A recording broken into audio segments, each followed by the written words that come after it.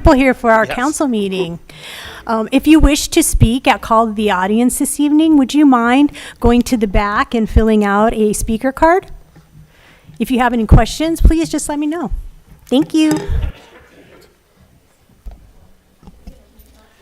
And after you fill it out, if you would give it to the town clerk.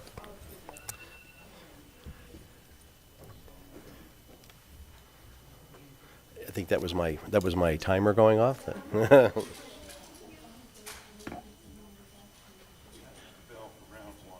Yeah.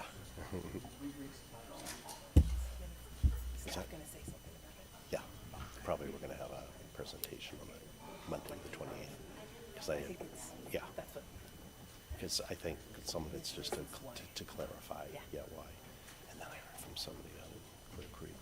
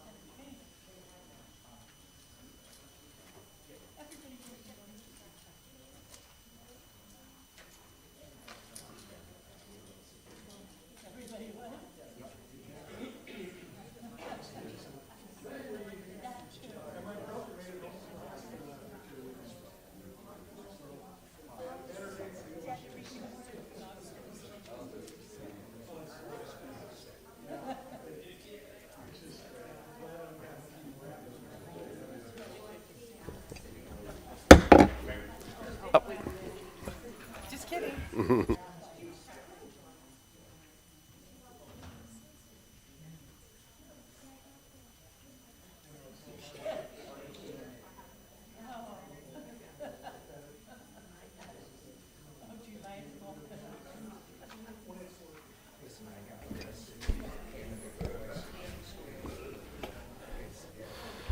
Well, good afternoon and welcome to our town hall. Usually we say good evening because we start at 6:30 or 6, but this is an unusual one.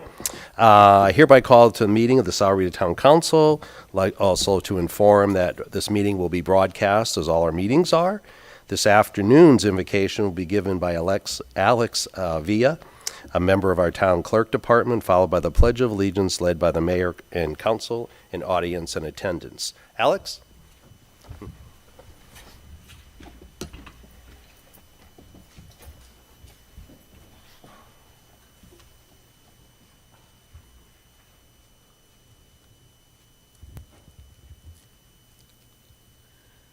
Lord, we are. Oh, is it on?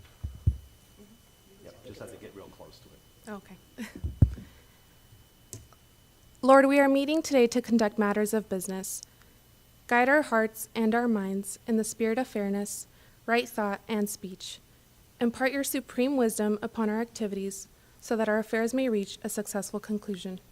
Thank you for being our source of guidance tonight. Amen. Amen. Thanks, Alex. So join me in the Pledge of Allegiance. I pledge allegiance to the flag of the United States of America and to the republic for which it stands, one nation, under God, indivisible, and with liberty and justice for all. Thank you. Madam Clerk, may I have a roll call? Councilmember Bracco. Here. Councilmember Davis. Here. Councilmember Lusk. Here. Councilmember Morales. Vice Mayor Egbert. Here. Mayor Murphy. Here. Quorum present. Thank you. Item number 5 is approval of the agenda. We have an addendum to this meeting, an executive session and a proclamation. I propose we discuss additional executive session immediately at the conclusion of the executive session, item number 10, and address the proclamation immediately after approval of the agenda, and I'll entertain a motion to approve the agenda at this time. So moved as amended. Second. Any discussion? All those in favor signify by aye. Aye. Any opposed? Motion carries. Next is a proclamation. I'm going to be recognizing and thanking all of my women colleagues, town staff, and community for contributing to the history of Sahuarita.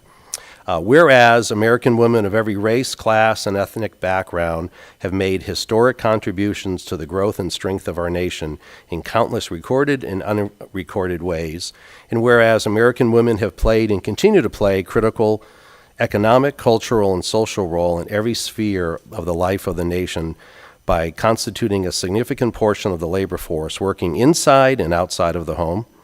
Whereas American women have played a unique role throughout the history of the nation by providing the majority of the volunteer labor force of the nation, and whereas American women have particularly important in the establishment of early charitable, philanthropic, and cultural institutions in our nation, whereas American women of every race, class, and ethnic background serve as early leaders in the forefront of every major progressive social change movement, and whereas American women have served our country courageously in the military, and whereas American women have been leaders not only in securing their own rights of suffrage and equal opportunity, but also in the abolitionist movement, emancipation movement, and industrial labor movement, the civil rights movement, and other movements, especially the peace movement, which create a more fair and just society for all. And whereas despite these contributions, the role of American women in history have been consistently overlooked and undervalued in the literature, teaching, and study of American history, now therefore it be resolved that I, Tom Murphy, the mayor of the town of Sahuarita, on behalf of the town council,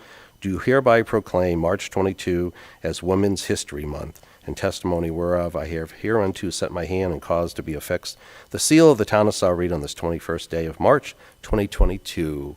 Congratulations, all of my colleagues, staff, and all of the ladies that are in the audience. Thank you.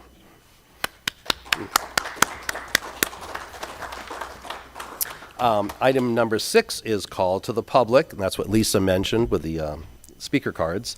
At this time, any member of the public is invited to address the town council on any issue which is on tonight's consent agenda or any issue which the town council can lawfully act upon at a future meeting. Pursuant to Arizona open meeting laws, the council may not discuss the items, but individual members of the council may respond to criticism made by those who have addressed the council, may ask staff to review the matter, and may ask the matter be placed in a future agenda item. And Mr. Hockley, if you wanted to just touch on Arizona open meeting laws and the reason for all of that I just said.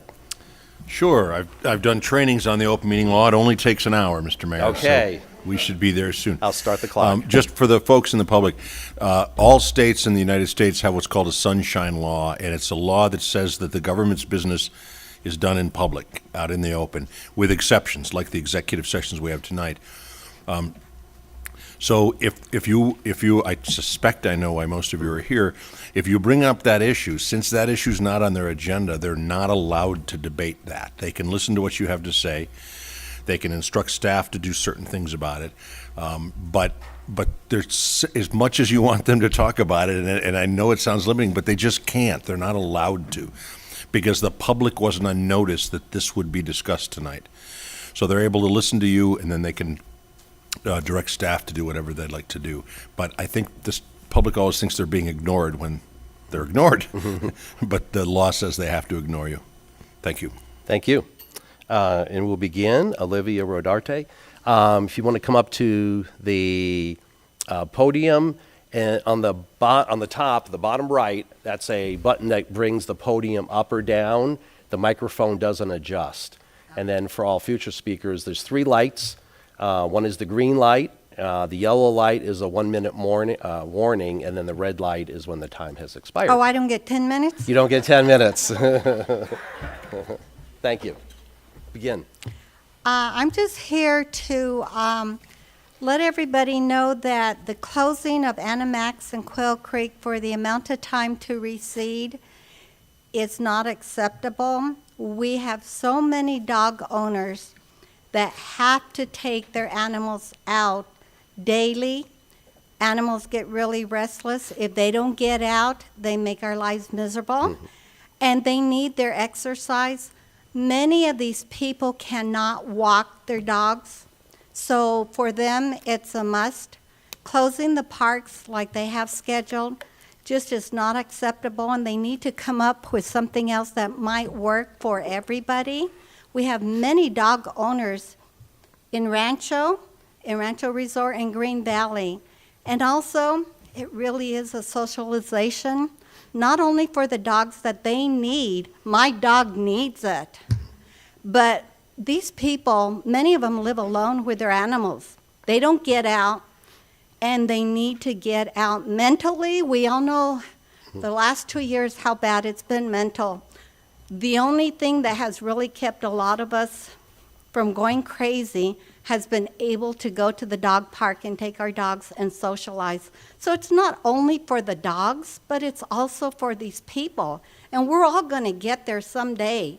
So we have to think about what's good for them right now. 5 weeks, people say 5 weeks, big deal. They can take their dogs walking. 5 weeks is a really long time. The majority of these people go every single day to the dog park.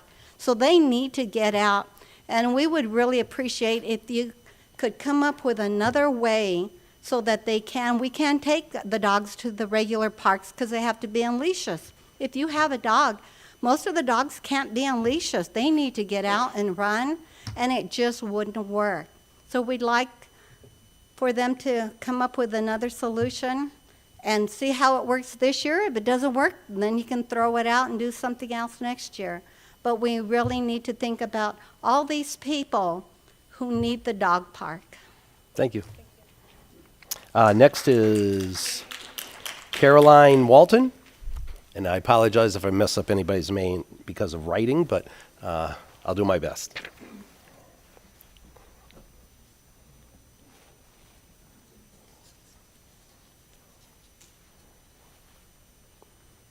Hi, I'm here for the same reason, and I'm just going to add on to what Olivia said. And our real objection right now is both parks are closed at the same time. And so it leaves a lot of us with no place to take our dogs. And I've been here, I'm coming up on 16 years, and we've always had one park open while the other one was reseeded and repaired. And this year we don't have it. And even before we had dog parks, Continental School and I think some other area allowed us to use a softball court so that we had some place where the dogs could be exercised without being on leashes. And the older we get, the more important this becomes for us because personally I have 2 dogs. They're fairly young. And if you saw me flying down the street behind them, I would probably be on my belly because I wouldn't be able to keep up with them. So I just wanted to ask if whenever you make decisions about this, that you include a lot of us in the decision-making process because I've never been in a place where there have been so many dogs and so many dog parks and people who love their animals like they do here. So I'm very glad to be able to say something to in person. Thank you. Thank you. Thanks for being here. Michael Kelly?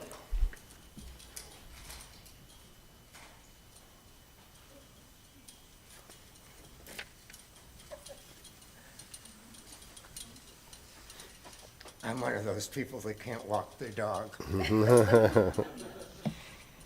I want to ask the council, how many of you are dog owners? 2?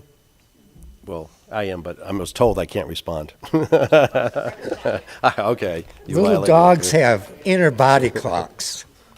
My dog knows when it's 20 after 2 every afternoon. We've been going to Quail Creek. This is our 9th year. Every day at 2:30 to 2:45, every day. It's part of her life. She socializes. This young woman over here was very eloquent. And I don't understand what the urgency is with the grass seed. You haven't done anything to Quail Creek in 3 years. Nothing. It's a mess.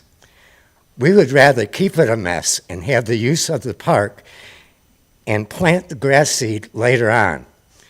I don't know where the weather people got it, but we're supposed to have a very strong monsoon this year. And you've never seeded this early in the year, ever. So I would like you to reconsider that and at least keep one park open. And I don't understand why you're switching Quail Creek back and forth. The big dogs ruin the park anyway. And little dogs have their spots. There's more of us than the big dog people. And please do your best and consider the dogs. That's all about the dogs. Thank you. Thank you. Mr. Mayor, Yes. may I just say that I'm a cat person, but I believe truly that dogs do win. I do not want anyone to think that I might be moving one direction or another because I'm a cat person. Please. Thank you, council member. Jose Rosario, I think, maybe. He writes like I do. Good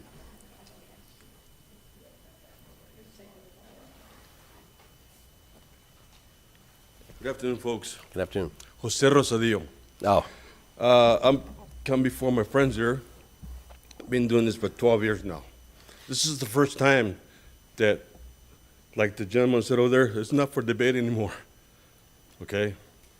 So it's one of you guys' projects for financially, seating, whatever it is. I came here 3 years ago about this time and said, listen, go look at the Blue Lagoon now, which is a basketball court. Now, you guys cause an inconvenience to the young kids in the summertime when they have to push the water out of the basketball court. Nobody addressed that problem. It's still there this morning. So again, it's another fruitless case from you folks. Inconvenience everybody here, and you don't care who it is. To me, it's all right. I've had 6 dogs, and I'm down to 2. One's 21 years old. So she sleeps all day. The other one, I can just walk them around. But it's really, it's first time. And it was discussed by this and this and that.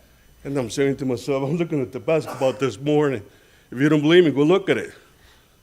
That's a $10,000 job you guys just threw it to the wind.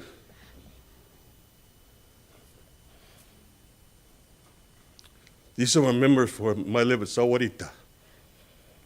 I don't know about you guys. Thank you. Have a great evening. thank you. You too. Richard Johnson?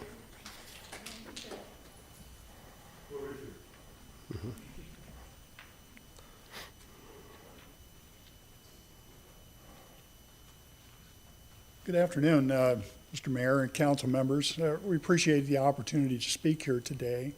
To add to what some people have already said, this whole thing came up about a month ago, and we kind of learned about what the plans were to close both of the parks at the same time, and to close it for what looks like a 6-week period. And immediately we began calling the park people and trying to discuss this with them. And I have to say, we were all a little bit disappointed that we didn't seem to get much of a, constructive kind of discussion going. For the most part, it was, we understand your concerns and we understand what you're saying and all this, but we're going to do it the way we're going to do it. There's been no offer of some alternative way or a compromise to try and accommodate everybody, or accommodate at least partially. We understand the need to reseed and do the work, but again, there's been really no discussion about any other way to do it other than what they're going to do, and frankly, we can't understand why. I'd like to reiterate too that for most of us, it is a daily thing. I go there every day to Animax Park, and I moved to Green Valley about 2.5 years ago, and about a year and a half ago, I started going to the dog park every day, and it's become my total social existence. All of the people I know in town are people I met at the dog park. We go there every day.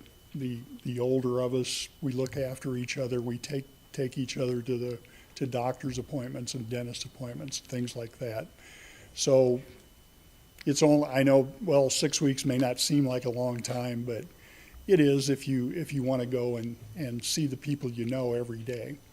And during COVID, it was we would go there, take the dogs, and then we would all go home to our houses and spend the rest of the day there because there really wasn't much else we could do.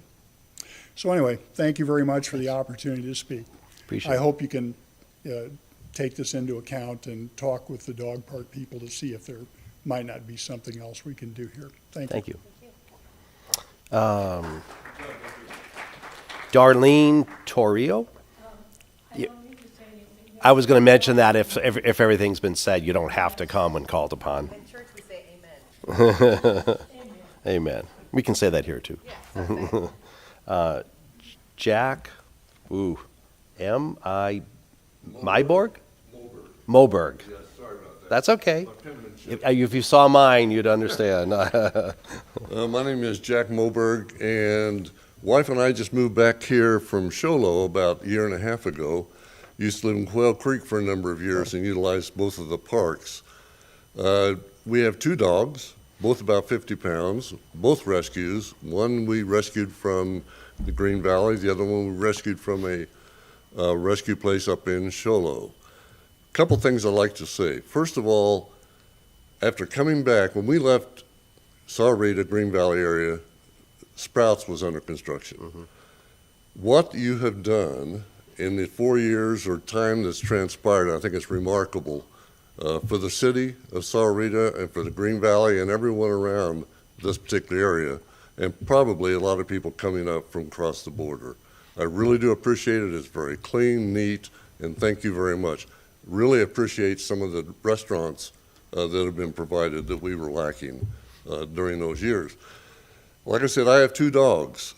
It was already alluded to the time frame.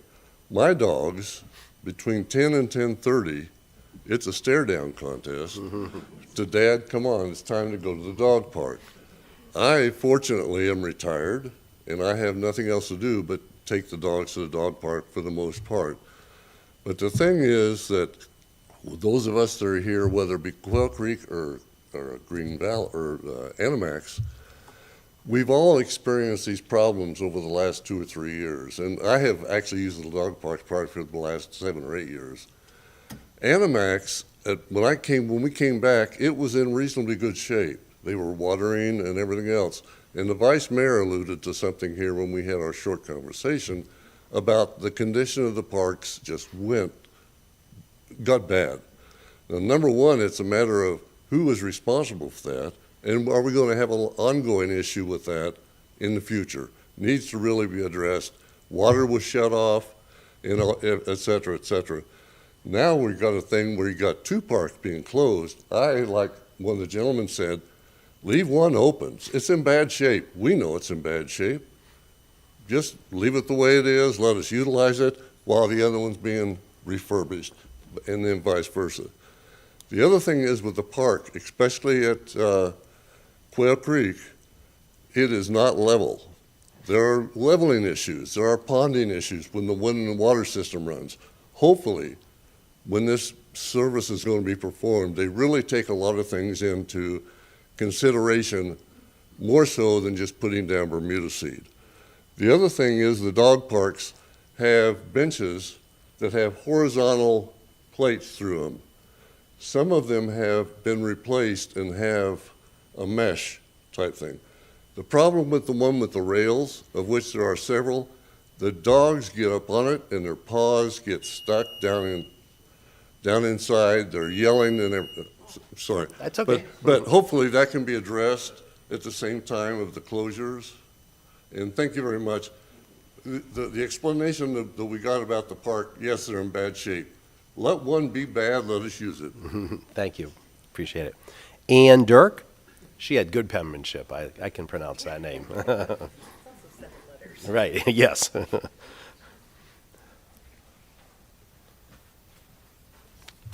Thank you for the opportunity. Thank you. And thank you for the dog parks. And yes, they definitely need repair. But if some accommodation could be made, if you have made up your mind that you're not going to leave one of them open, could you use a school or some facility that's enclosed for those of us who need this facility? I have a 10-month-old service dog. I wouldn't have her if I could walk well. She's a mobility dog.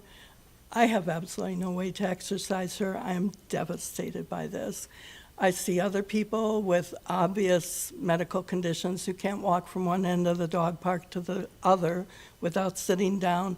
They can't walk their dogs. And we do not all have HOA dog parks, as was written in the newspaper article. I do not. So it's both a people and an animal situation that really is serious. People can get hurt trying to make an accommodation to exercise their dog. You need to really realize this is a serious issue. This is not trivia like, oh, be quiet, we have to seed. You know, to me, that's just not right. You need to think of some kind of accommodation that involves people and people's lives. Thank you. Thank you. Thank you for coming. Bless you. That's all the speaker cards I had. Did anybody else want to address the council? If not, I will declare the call to public closed and move on to council and town manager brief summary of current events. Debbie? Simon? Bill? Gil? I have Karen? just one thing, and it's actually not a current event, but I'm going to place it under here. I cannot speak of what you guys just talked about, but I can speak of the process. I am grateful that we have the process that we have representation, but the public doesn't just have to go to staff, that you guys can come and speak to your elected officials, because that to me is how our government is so set up so well. Because now as a council, we've heard your voices. Not saying what we're not discussing it. Don't look at me, attorney. But I love the fact that this process is allowed, that allows us to now talk with staff and direct staff to do things to make sure that your voice is not just heard by the staff, but heard by your elected officials. Thank you. I just had one quick thing. I just want to congratulate the police department. They just published their annual report, which I think there's only been a couple of those during the time, so I really appreciated the overall focus and about community policing and all those types of things. So just wanted to congratulate you about that. Our next regularly scheduled meeting is next Monday. This is a special meeting, March 28th, and we'll be starting, there's an executive session, so we'll be starting that one at 5 p.m. For that meeting. And Mr. Dilley, would you like to touch on any issues? Thank you, Mayor and Council. Appreciate the opportunity. Really quick, and in response to what we've just heard, obviously, leading up to this meeting, we had a lot of correspondence via email. There's been some social media activity on it, both before and after the town put our message out. So want to acknowledge that, and we'll let you know, Mayor and Council, we'll get this slated for a discussion item on your March 28th council meeting. It will be slated for discussion, and we'll be able to present council with information surrounding the environment of these dog parks, why staff has come forward with this new approach, which is acknowledged by all as being different than what we've done in the past. But we'll be able to engage in a conversation and a dialogue on your March 28th meeting. The only other item that I'll just bring to your attention is a change to the council meeting agenda will be the introduction of a town manager's report. It'll be a monthly report scheduled for your last council meeting of every month.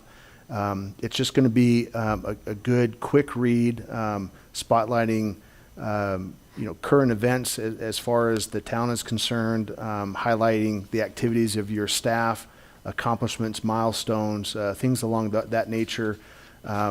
As we've had a number of monthly reports from various departments, my interest will be to try to schedule those so that they all dovetail into the town manager's report, either in the body of it or as an addendum to the town manager's report. One of the reasons why I'm bringing this forward as an item on your agenda is to increase the public's access to that information. Your council agendas are public documents. They're accessible online and otherwise. So too will be the town manager's report. So I just wanted to let you know that change. Thank you. I think you mentioned lots of pictures too, right? Heavy with image. Thank you. Thank you. Appreciate that. Next is, Mr. Mayor, yes. just interrupt very quickly. For those that don't understand, that means next Monday, the council can now discuss what was brought up in the call to the public today. So for those that didn't understand what that was, that's what that means, is we can't talk about it right now, but we can talk about it next Monday. I figure you would. Looking forward to seeing all of you. My understanding, though, is that the park is supposed to close on the 24th. So if you're discussing... I'm sorry, I apologize to interrupt, but if you could come to the mic so it's all... On the record. Thank you. Thank you.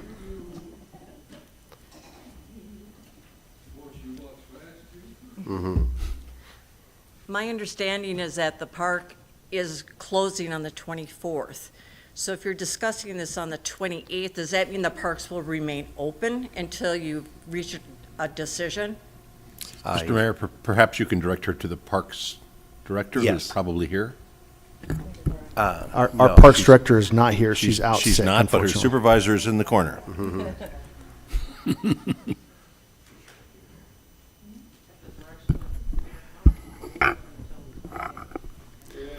Well- I think well, yeah, not having that as an agenda respectfully, item. I appreciate the gesture, but that is taking action on something from the council, but I hear it loud and clear. Right. I will intend to work with staff to see what can happen between now and when it was scheduled to be closed. Thank you. Thanks, appreciate that. Item number 8 is the consent agenda. I'll entertain a motion at this time. So moved. Second. All in favor signify by aye. Aye. Any opposed? Consent agenda is approved.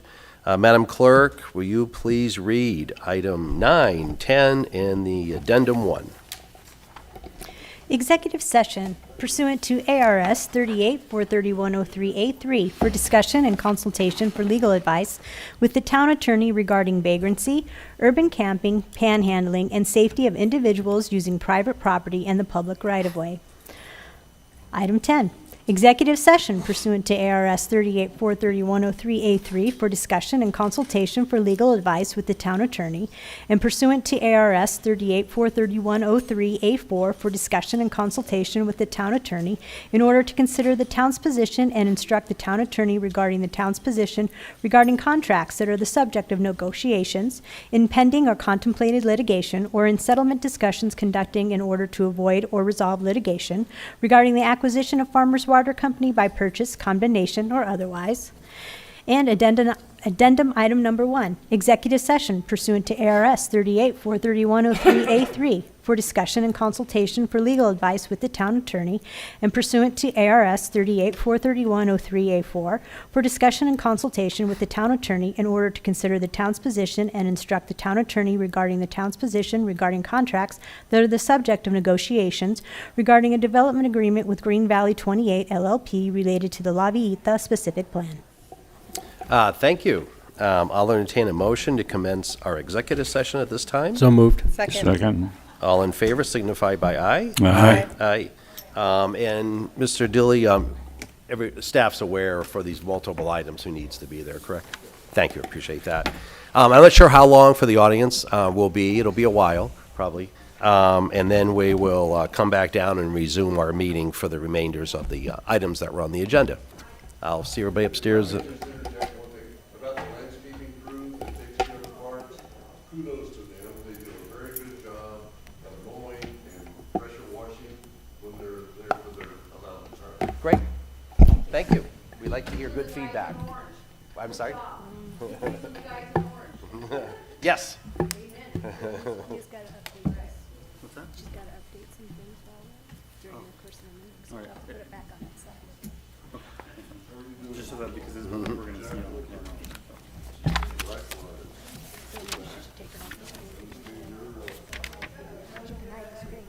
We'll put them on the camera then.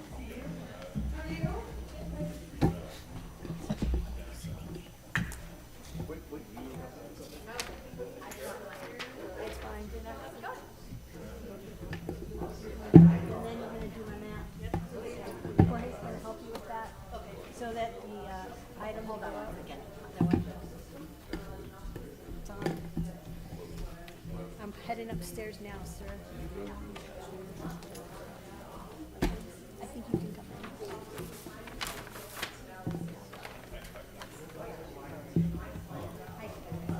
in. I believe we are discussing that first item. Your item. I didn't push her too much. Lillian, how are you?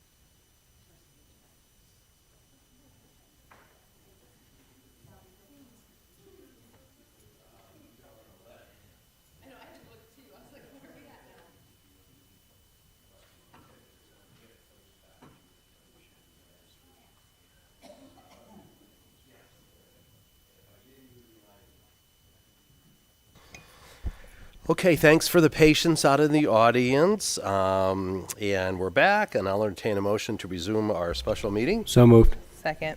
All in favor, please signify by aye. Aye. Aye. Any opposed? We're back. Madam Clerk, item number 11, please. Discussion and possible action regarding vagrancy, urban camping, panhandling, and the safety of individuals using private property and the public right-of-way. Thank you. And this item was put on the agenda because of some concerns that our residents have expressed to some of our, almost probably most of our council members. So at this time, Mr. Dilly, I think maybe we'll have a couple people doing a presentation and just kind of clarifying for our public what we can do and what we can't do and some of our limitations. Thank you, Mr. Mayor, members of the council. Indeed, this will be a tag team. I'm happy to kick it off. The issue of panhandling and camping, urban camping, and everything in that category of activity is not new issues, are not new issues for local government. But there have been a lot of activities in the courts and through the state legislature that weigh in materially on how we can perform in response to those events in our community. We want to recognize as we enter this discussion that we are talking about human beings. We're talking about life. We're talking about people. Appropriately, we go in with sensitivities that we are talking about a vulnerable population and that may or may not call Sahuarita home. But they're here in our community, and there's interest on each side of the equation in terms of how we address that topic as a government, local government. There are laws at play, and then there are practices and procedures internally as staff, all of which we'd like to cover tonight in tag team fashion. So I'll turn the time over to our town attorney, Dan Hockley, to kind of frame the issue from a legal perspective and talk about some of the constraints that present real obstacles for us as a local government within public rights of way. So that's the public side of things. There's also a private side, businesses, private property owners. We get complaints, calls in for help and services. And so when it gets to the private side of things, we'll turn the time over to our chief of police that can come up and join us and engage in this conversation in terms of what we can do in response to calls for service. So without any further delay, I'll turn it over to Dan on the public discussion. Thank you. Thanks. Mr. Mayor, members of the council, am I on? Yeah, just maybe a little closer. I at the outset, the few times that I address the council on legal issues in public, I like to remind you that I'm not giving you legal advice tonight. I'm telling you what my interpretation of the law is. But legal advice would be when I recommend against or in favor of a certain action based on the law. So the U.S. Supreme Court has made it plain, and I could give you the case name if I wasn't still having trouble with my new computer. The U.S. Supreme Court has made it plain that in what's called a traditionally public forum, people have the First Amendment right to say what they want to say. And if that means they want to say, praise the Lord, they can say that. And if that means, will you give me some money, they can say that too. And a traditionally public, the sidewalks and the public right-of-way, other than the streets, the active streets, the public right-of-way is a traditional public forum. And they said you cannot regulate panhandling, period. Every jurisdiction that has tried and has gotten to the Court of Appeals has lost based on that case. Some jurisdictions, a number of jurisdictions, including the city of Tucson, passed an aggressive panhandling statute that prohibited aggressive panhandling.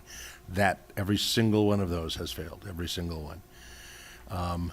Some jurisdictions have tried to regulate people's panhandling from the median.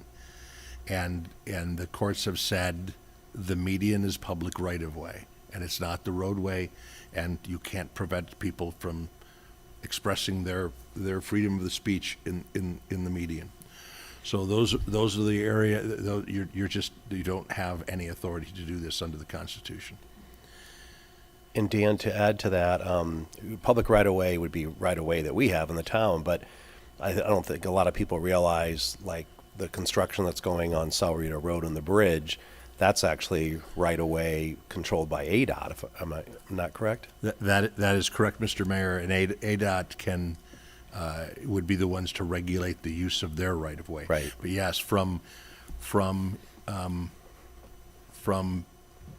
beyond the ramps to beyond the ramps on the other side it's in our jurisdiction, but that's not our land. It's somebody else's land.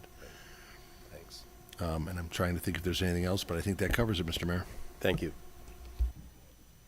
Chief, did you want to come up and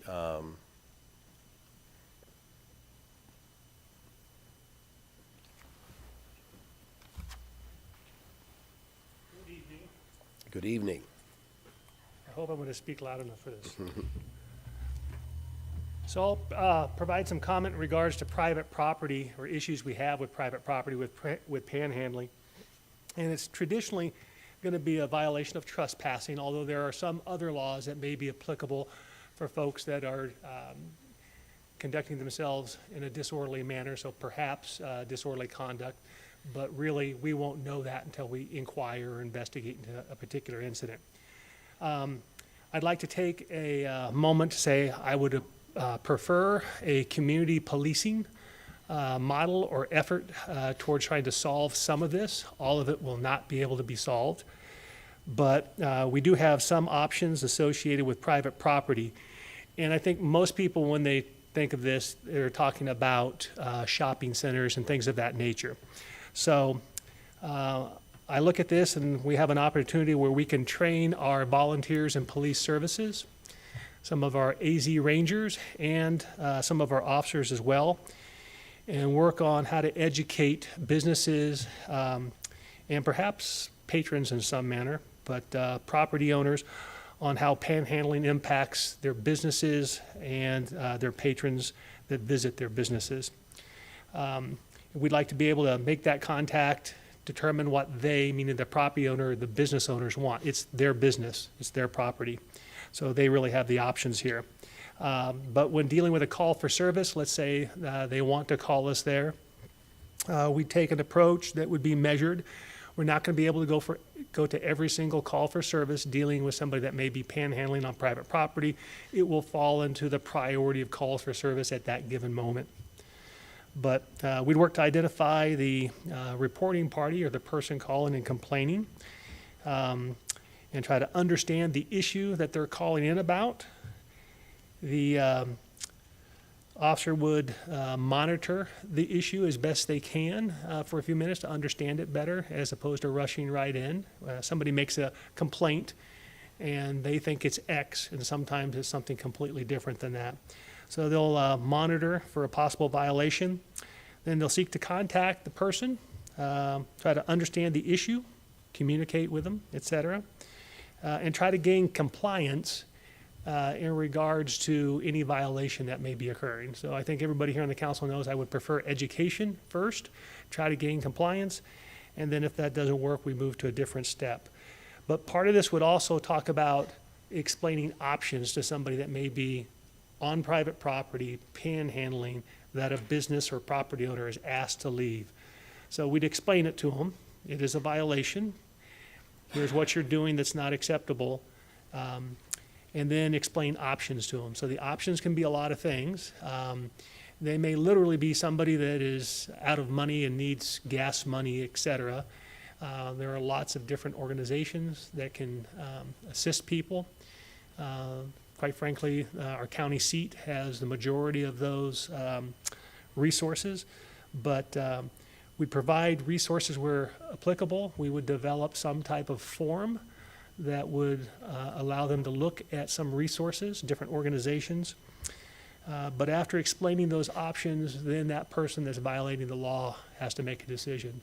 So our hope is that we would be able to communicate with them well enough to where they would make the correct decision and stop violating the law. However, if they don't, and the owner wants enforcement, we would enforce the law, which would be anything from a citation to a physical arrest and possible booking either at the PD or the county jail. Right. And I know a lot of us personally, as well as our residents, support multiple organizations. I mean, the town itself supports the food bank and Valley Assistance. And like you said, the county has a lot of services. So it's not, as Shane said, you know, these are people, but they certainly do have some opportunities. And I know you're working up something that they would know what those services are. So I think that's kind of the leading effort, that there are other ways as opposed to, you know, being on a corner with their little kids and those types of things, that they could get those services provided. Yes, that occurs here too. Right. Thank you. Mr. Mayor? Yes. So Chief, for a patron who's coming out of the store and gets, you know, approached or whatever, the best thing for them to do is notify the store so they will contact you rather than having them call you. That would be our preference, Okay. yes. Okay. It is a matter of, if they're feeling they're getting harassed, it's improper. Right. Contact the store and see if the store management, that employee team can solve it themselves. Right. Right. And that's for the private side. Then from the public side, the recommendation is to not provide money to the panhandlers, because that just encourages them to stick around and get what they want. We want to get them into a channel that can help them rather than just hand money off to them. Thank you. Any other questions from Mr. Deal? No? Okay, thank you. Yes, well, you can, yep, it's an agendized item, absolutely. Just make sure afterwards, fill out a speaker card. Got it. With the item number, which is item number 11, and give it to the town clerk, Will Ms. do. Lisa. Connie Halkowitz here. So is there an ordinance for panhandling? Is it allowed? What do we do with them if they say, okay, I'll leave, you gave me the options, I don't want to violate this? Where do we send them? Where do they go? Chief? I don't know, I'm asking Well, you. it probably depends on, as was mentioned, there's the public right-of-way, and then there's the private property. So give me an example of... So like a police officer or whoever says, you know, this is the rules, you're not allowed to be here, you're on private property, you can either leave or we can book you. And they say, okay, we're going to leave. Well, what the chief was mentioning is to have a form or a letter to where they can provide potential assistance with organizations that they could go to. Good. But it really is up to the landowner, store, Understand. operator, to object to them being in Because I don't think most of us want the homeless to become criminals. A lot of them are criminal elements to it, and that's why they're there. But then in the same token, a husband and wife with 2 kids in America, we got so many, we have a lot of help here. Right. In our town council, at Valley Assistance. They can get assistance, they can get help. So if we have our police officers being social workers, because unfortunately that's really what most of them are being nowadays, Right. is social workers, and they have the tool and they hand it to them and they say, yes, okay, I'm gonna leave, and then 2 days later, we come back and the same fella or the same families that are panhandling. Will there be like a record of an involvement from the warning? And then if we give so many warnings, if we keep going over to this, whoever it is that's there, how many times do they get a warning? And again, I don't think any of us want them to be a criminal, but if they're not going to heed the warning to leave our town, and if they do leave our town, one, how are they getting there? or leaving, and where are they going? Because I definitely don't want them to go from Sahuarita down to Green Valley. Right. And we certainly aren't going to drop them off at the General Dollar down at Amato. So what are, and Well, I I know think it's a mental health thing, but. Yeah, I think the chief can correct me if I'm wrong, but my understanding would be that if it's trespassing, and they're not, education first, but if they don't comply, the best you will get is a trespassing violation, but then really it's up to the court system and the county courts to decide whether what they're gonna do, and you've got return offenders and all kinds of ilk, but the highest priority is to get them connected in with services, but. And they have to want to do that. Right. Because personally, myself, at my place of business, we had a homeless feller there. And it wasn't until he started approaching my employees in the evening time, who were females, that I was like, okay, something needs to be done. And he made more money than most of us here on a disability, and had a vehicle, but he chose not to go to the Marshall home because he could only have 3 drinks a day when he wanted to be able to drink. Then in another, and I know this is Sahuarita, but in Green Valley, we had Joel, who was a homeless guy who died underneath the bridge right there on La Cañada. Of course, it worries me. My business is to keep our seniors safe, and it is worrisome that people come to Green Valley to panhandle, to victimize our seniors. And you're right, they're not javelinas. We don't want to keep feeding them so they keep coming back. Right. So, yeah, we got to not give them money so that they don't come back. But what do we do with them? Right, and that's or why. Where do they go? I think it becomes less of a paneling issue as opposed to accosting, your workers or not complying with the property owner saying to leave. But that's something I think the police department deals with on a regular basis, day in and day out. And so now, to me, panhandling and being homeless are 2 different things, because many, many, many panhandlers are not homeless. But we do have our homeless. I mean, Safeway, Duval Mine Road, go out in the desert there's homeless. You go down to the end of the golf course, in between the pecan orchards, there's another homeless camp there. Half of them have drug problems, doing their things. So it's a whole big enchilada, and, it's only getting worse. 5 years ago, at least, what I feel in my beautiful town here in beautiful Green Valley, Sahuarita, we didn't have a homeless person. We had Joel, but everybody knew Joel. But I think that's also why Joel died underneath our walkway, because we did enable him. Our community did keep giving him alcohol. He had a half a bottle of vodka that he got 4 hours earlier when he drank himself to death. We don't need that. We don't want that. And I understand it's a big mental health thing. Right. And, I love my town. I'm a business owner here, and I wanted to stay the nice place, and it just seems like it's coming down here. And it is worrisome, not only for my old people, but also for our young kids. And so that's just my thing. So I sure hope we get a solution and we get things figured out, and it does truly take a village, and we are the village people. So, Thank you. Amen. Thank you. Appreciate it. Anybody else want to comment on that? Okay. Thanks, Connie. Yes, for agenda item number 11. Yeah, you can do it, or before you leave. Item number 12, Madam Clerk.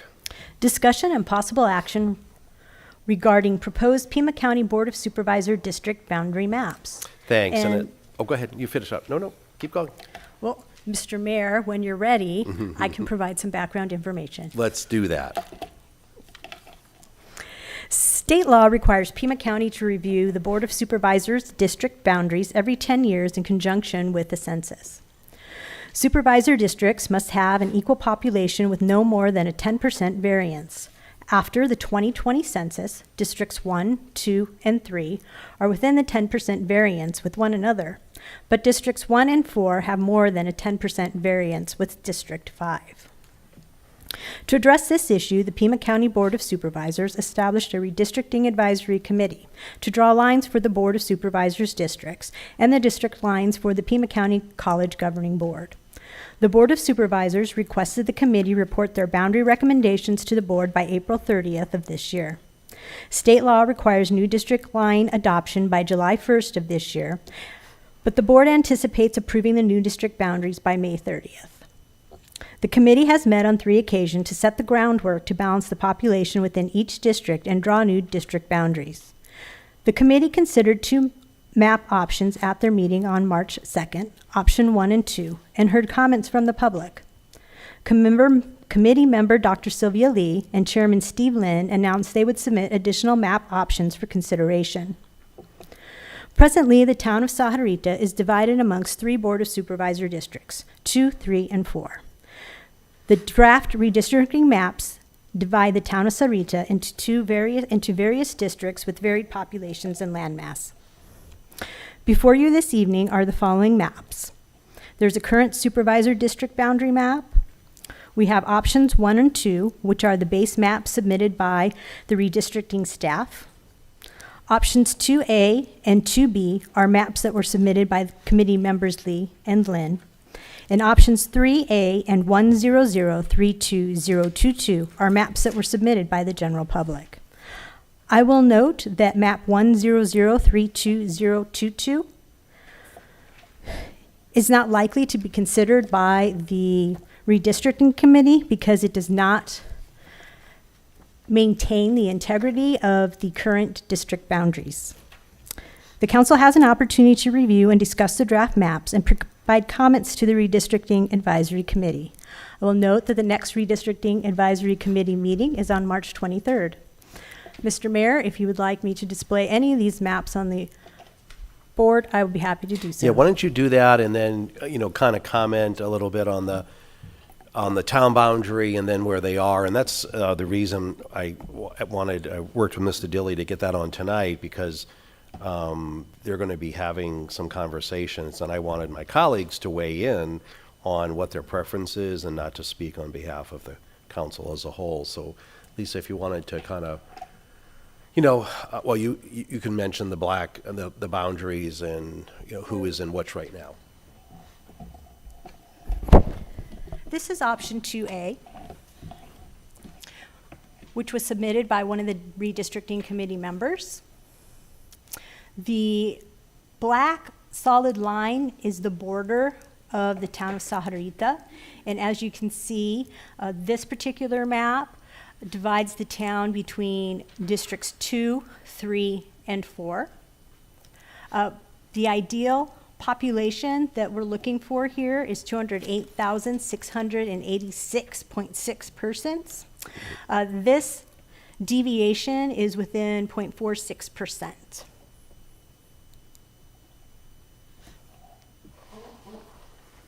Is there any questions about that particular map? Any questions? Nope. Yeah, keep going through. We probably have to go back a little bit, bounce around, but. I will.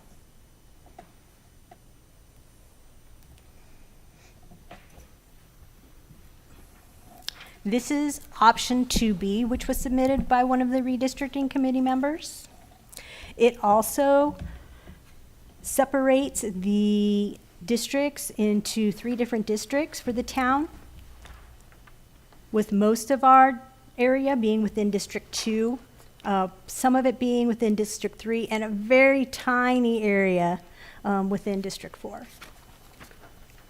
Now, Mr. Mayor? Yes. We've been divided up into 3 districts. It just, tears our community apart. We don't have any representation, literally. Right. Because of that. Anything that goes to reduce the amount of numbers for districts would be beneficial. So right there, functionally, we've got 2 districts, even though there's a little kind of corner of 4.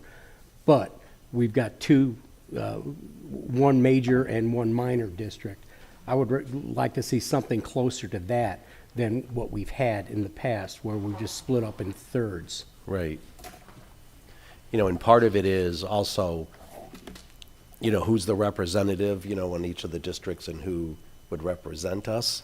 I know other communities up in, I think it was up in Marana, they're divided between 2 districts, and their goal or their desire, from what I heard, was to try to be all in one. Yeah, community of interest. Yes. I don't know if that's probably possible because of all the line changes and things.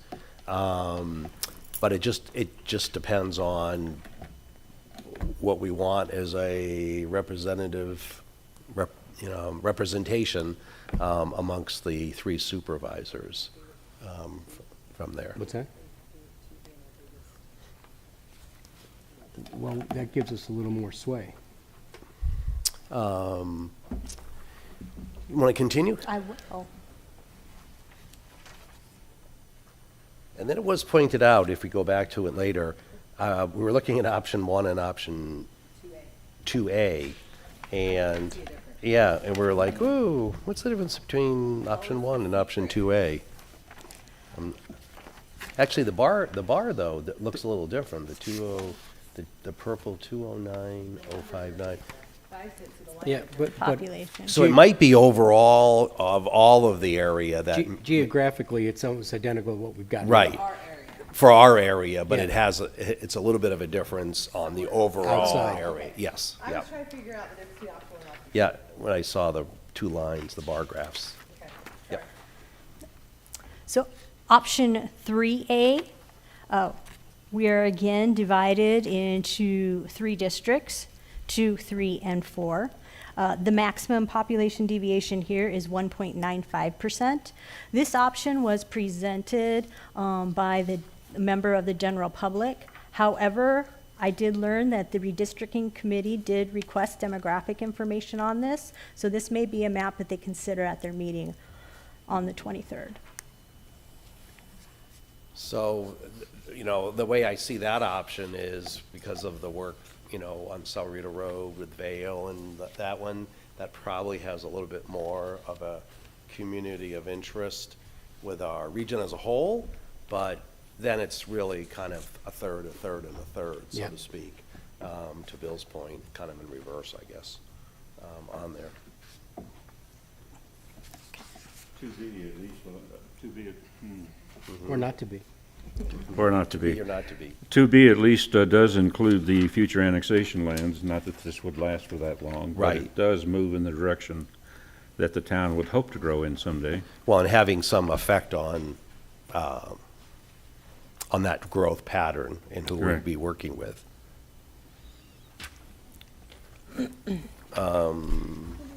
So what do you want to get out of this? Well, just a consent, as much as a consensus for our voice as a town to the redistricting committee, that as a council, this is what we'd prefer, not to say that's going to rule the day, but they did want our input on what was our preferred map. It'd be nice if it was unanimous, doesn't have to be unanimous. Mr. Dilly, did you want to weigh in at all on sort of, I don't know if you've been ever in another community that's been, divided up amongst multiple supervisors, probably not in a lot of cases.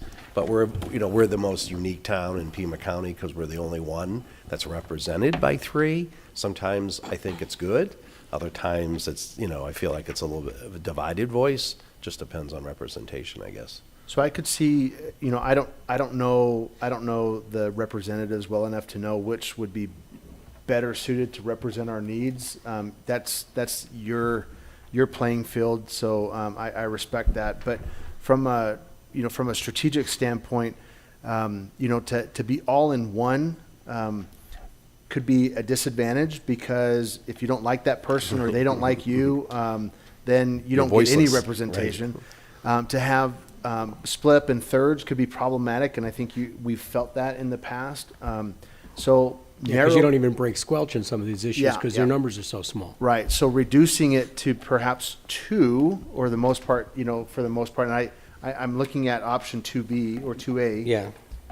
2B. Thank you, 2B. Probably from a strategic standpoint, gets us there. If you have a bad day with one representative, you can go to the next one. Ideally, you bring them both together and they both represent your needs, and you're going down the road kicking rocks. But Or you can threaten them both. or you can threaten them both. So I think there's some strategy there. But in terms of knowing the players, and I have to defer to your best judgment on that. Simon, do you have any thoughts? Yeah, just a comment, and I think looking at these various maps, and obviously there's a lot of other stuff going in, but option 2B is probably the one that least splits communities, neighborhood communities together. And that's just, ridiculous right now, where we've got, Quail Creek being divided in half, La Right. Posada being not part of the current system. So I would just say the option that limits, at least keeps it to the community, the neighborhoods, because those folks are going to have unified issues. Trying to keep the town all in one, like has been said, that might not be a good thing, so. Yeah, I would- I'm not even sure if it's possible, just the way the numbers Yeah. fall, because none of these have us in one. Yeah, if I have an option, I would go with 2B. 2B.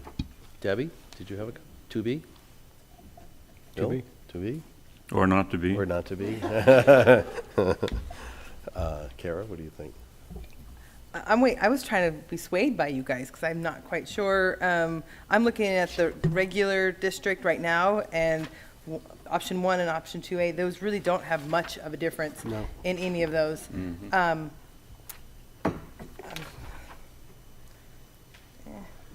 The Is that only- bad? Eh. The only thing is that from 2B's option, we're down to just 2 and 3. And District 4, probably that representation has been more aligned with some of our thinking over the 4? past. But we can change that with a That's- larger district. That's the other alternative, right? Absolutely. Absolutely. So. And that's the reason we've been divided in thirds all this time. Right. Is to take something and make it so it doesn't Diluted. affect us. Right. Well, I would entertain a motion if someone would like to make a motion that. Mr. Mayor? Yes. I move that we support option 2B. Second. Any further discussion?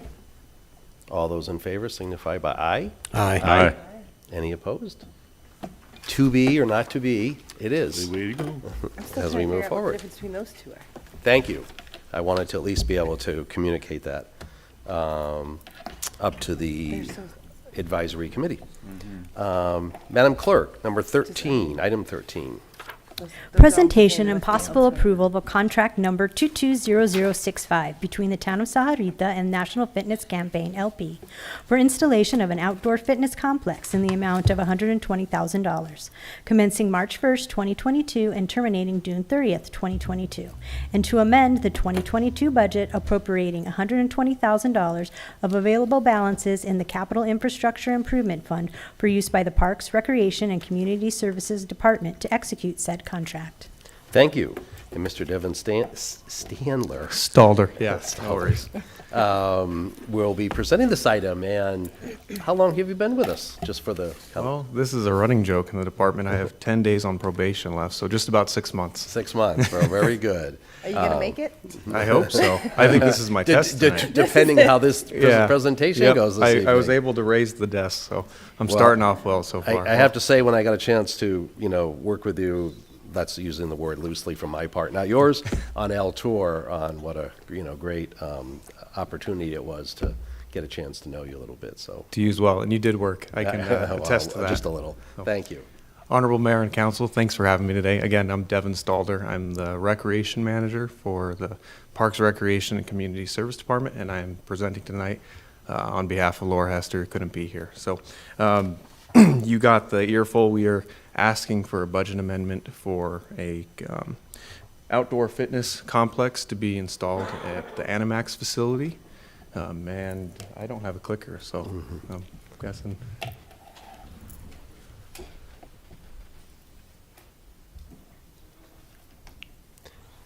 Can you just advance? There we There go. we go. There we go. She's Awesome. So we have multitasking. some cool videos in here as well. So I'll do my best to answer questions. But the court we're going after is presented by the National Fitness Campaign. And this is a grant that was presented to us, thank you, to install an outdoor fitness court for the community. And it's something that in the Parks and Rec Department, we're trying to actively do better at in presenting more green space and active areas for the community. And this one kind of fell in our lap. It was a great opportunity that fell outside of our normal operating budget. So we're just trying to be successful in getting this installed, hopefully sooner than later. So this is a video, actually. I believe this is the slide with the video, so we'll let this play. We're changing the way America thinks about fitness. With 200 fitness courts open, our campaign is growing. From college campuses to city parks and trails, we're bringing free fitness everywhere, and we're just getting started. Hi, I'm Mitch Menadget, founder of the National Fitness Campaign. National Fitness Campaign was founded in 1979 when we opened the first fitness court. Redesigned for the 21st century, the fitness court is the world's best outdoor gym. Our 7-movement, 7-minute system allows you to use your own body weight to get the perfect workout. Easy or hard, it will work for you. Our goal is to build healthy communities by making outdoor fitness an essential part of people's lives so that each day is better than the last. Now more than ever before, it is vital that we move fitness outdoors to remain safe, healthy, and strong.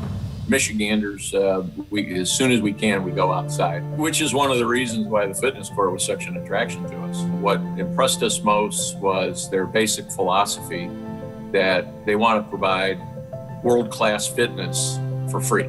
Truly, anyone can use it, no matter what your age is, no matter what your physical fitness level is, no matter what your skills are. It is very adaptable.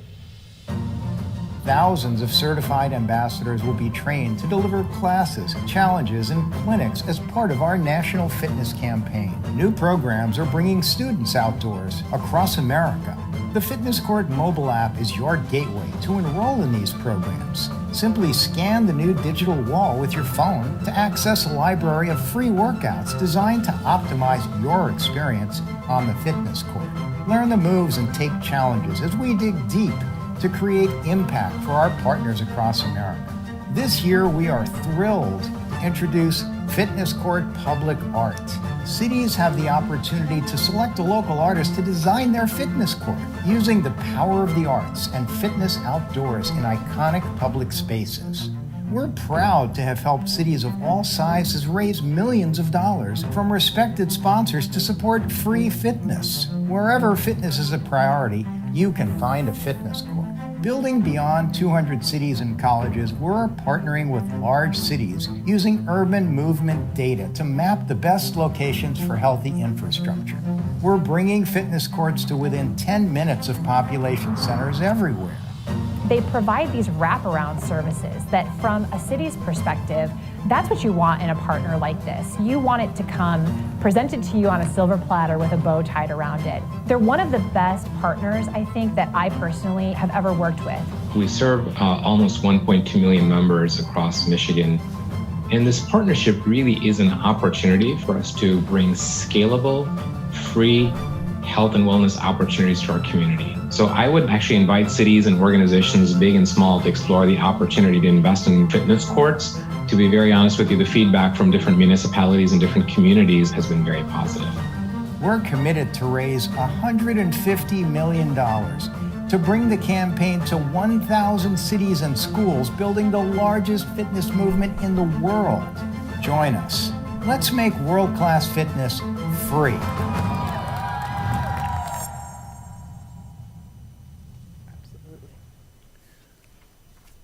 All right. Okay, I didn't butcher the slide. So the location that we're looking at trying to build this facility is just north of Animax Park. And as the slide said, or the video said, the urban planning that they've done on our location suggests that we have 75,000 visitors a month through Animax. And so it's also a great location with an active trail running lap that would be a great addition to the facility. So north of Animax, and it's nice because it is shaded with some surrounding large trees. So the mobile app offers another level of accessibility to the public, so they will not have to be instructed while they're there. They can download the app, they can get into the facility, and they can choose through workouts and be interactive with the community that's based on the app, which already has a large following. So and out the gate, we already have a good support with the facility. We're looking at trying to fund the facility with sponsors. The campaign gives us, they basically hand us sponsorship packets and work with us to seek large sponsors to get the funding completed. The drawback is we do have to present that initially to get the facility built, and then utilizing funding, reimburse ourselves for that build. Again, we're looking at trying to have the facility funded up front. A grant that we received from the organization was in the amount of $30,000, which helps us to start the initial planning phase for this. Sorry, is there any questions at this point? I know I kind of rifled through that already. Mr. Mayor? Yes. In reading the packet here, we're looking at making a budget modification for the 2022 budget. And I guess, I know we've modified the budget substantially because of the payroll dollars that we've had to adjust. Why are we needing to do this when we're within 3 months of the 2023 budget being adopted? So I'll do my best to answer that question. My understanding is this falls outside of the regular planning we've done, and this opportunity came up, and so we're trying to jump on that now. And Is there sort of for the grant funding, is there a time span that, we've submitted for it, I'm assuming? Correct. And we've received it, so AC, or maybe, I don't know, probably it seems like we can't wait that long, or we lose Yeah, the I'm looking grant for a funding? justification as to why we've got to do this now and not 3 months from now. that is my understanding, is that we are pressed with time to be able to accept the grant and perform the project. So we're going to spend $120,000 and we get a $30,000 grant. Correct. I believe AC has a In the comment. packet, it's got a deadline of June 1st. Mr. Mayor? Yes. Mr. Mayor, members of the council, my understanding is that there is a window of time on the grant funding, and I believe it's 60 days, if I recall correctly. It's been a little bit since I looked at this, but Yeah, Councilmember Davis just said he thought he saw in the package, it was June 1st that we had a deadline for that. Correct. I'm not Laura Hester, I'm Devin Stalder, but that was the questions. On there. So it's, I think a matter of, ROI, return on investment, whether we do it inside or outside. But I think because of what we've discussed, it has a timeline attached to it. It's sort of a early opportunity. And I don't know necessarily if we went back for it after we had asked for it, turned it down, and then went back and asked for it again. I'm imagining we'd be at some risk of not retaining or attaining the money once again. That's my understanding. Mr. Yes. Mayor, I'm excited about this. I think this is great. I've seen these before in cities that I have visited. This area of Animax had initially been promised through, if bonds passed, a recreation center, and it had been designed, and there's even infrastructure in the ground for it. Fast forward a few years, and all of a sudden, the council was considering putting it here in this area, the rec center. And so that area around there really felt kind of slighted. And giving this opportunity for them to have a fitness gym available to them for the cost of only $100,000 some dollars, I think is a great investment for the area as we wait for potential recreation centers or bonds to go for recreation centers that can be utilized in another location. And I know we're going to have a future on this tonight, a CIP, and this would be one of the things that if we're successful, especially with the sponsorships, I'd love to see at, the various other parks within the community as well. Yeah, and I would not make it past my next 10 days with Laura if I didn't share. We do have a lot of eager sponsors currently who want to be involved in this project that we've shared the details with, and we're getting lots of good response and feedback from. Obviously, that's not a check now. Right. But we do have a lot of excitement, and so we've been working in the department to restructure and rethink and revitalize our sponsorships with right, I the know. community, with Yeah. our events. So that's another piece of what we're trying to do with this as almost a stepping stone to some Right. bigger projects, a potential rec center down the road. So we're hoping that this gives us that first step for bigger projects. Right. And it allows the opportunity for sponsors who do want to work with us, a venue, to actually advertise on that would have a lot of usage, I would imagine. Mr. Mayor? Yes. Well, one thing about it, if you want exercise, if we approve this, we're going to be looking at you to do a lot of exercise. You didn't see me in that movie? Moving that 130 forward. So have at it if we approve it. Absolutely. Thank you. I'll be out there on that Iron Cross the first time. Do we have, We're gonna want pictures of that. do we have any concept as to kind of money we're talking about from the sponsorships? So the company hands us a sponsor packet that they've used for other communities that we can use and tailor to our needs. We're anticipating that we have that fully funded. It's just the groundwork going out to sponsors seeking those dollars. We do have some big organizations in the county that we're trying to pull from. I don't feel comfortable yet No, I sharing wouldn't what expect that is yet. No, Yeah, no. just because we don't know, those aren't firm. Yeah. But the conversations have started and we do have some excitement there, so. Can I? Yes, absolutely. What timeline are you looking at? Oh, boy. Sorry, I'm stepping in here. Yeah. I'm not fully aware of the timeline for the execution of this project. Right. So, Is there any way we could put a temporary fence up there right now and put a temporary dog park park. there before you start, I am not at liberty to make a decision on that. Mayor, can you It's make only a for That's a temporary good dogs. response. That would be directed to Mr. Dilly, I think. Mr. Mayor, members of the council, we will be looking at various options for that to see what we can do to satisfy the demands on the dog park on a temporary basis. But I think it's well to serve us well, not to overlook the importance of these sponsorships Right. and the ability for us to allow that community support to carry future projects and make those a reality for us as well. So I appreciate the presentation. Thank Yeah, you. well, I know we've always tried to promote ourselves, obviously, as a healthy community and providing, one thing that was allowed during the pandemic was outside, so I think that was a precursor. But not in Tucson. And we that's why have they the came here. weather for this. For Yes. most of the year, this is the perfect location for it here in southern Arizona. Mayor, I'm sorry, No. Vice Mayor, just one more point. I just wanted to acknowledge the fact this is coming to us a bit outside of our normal process. It's Right. not, because of the nature of the grant that hit us and the opportunity, we've pulled this effort outside of the normal CIP just to make it happen and to get it here in front of you tonight, Well, realizing there was a lot of excitement around it. Yeah, and I think we're blessed in so many ways that, we have, healthy reserves. And it doesn't mean we need to be spending them all the time, but to me, it's these types of opportunities that if you're caught, unique outside the time frame, that we have the ability to take advantage of it because of our fiscally conservative council. I'm going to ask, can COVID money be used for this? I forget what the official term is.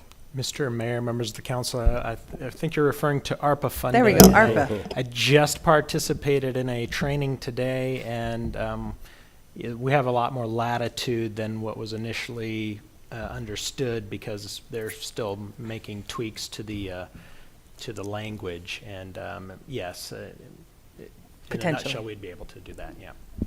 Things out, that's a great Right. opportunity.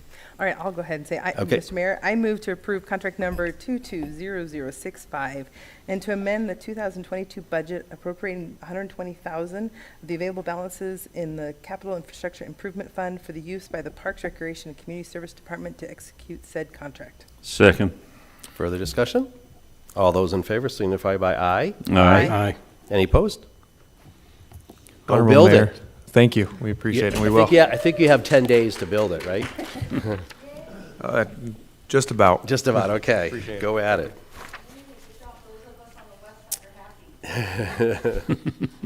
Our next two items, we'll review study sessions, give information on specific topics, although the council can act upon. I'm not sure we necessarily anticipate that we will. Please feel free for those. And Madam Clerk, item number 14. Capital Improvement Plan, CIP update, and planning presentation and discussion. Thank you. And Ms. Abramovitz, our Assistant Town Manager, Public Works Director, she'll be leading the discussion. Chief Nolan, Anna Cassidy. Is Anna still here? I know she wasn't feeling good. Did Anna leave? This doesn't bode well when you need a bodyguard to give a presentation. On there. So welcome.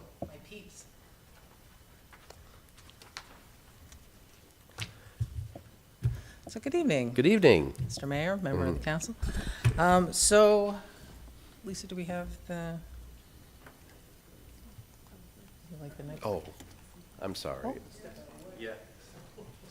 And Mr. Pruitt, I thought I saw Anna was off and you were on. I missed that, so thanks for being here. Appreciate it.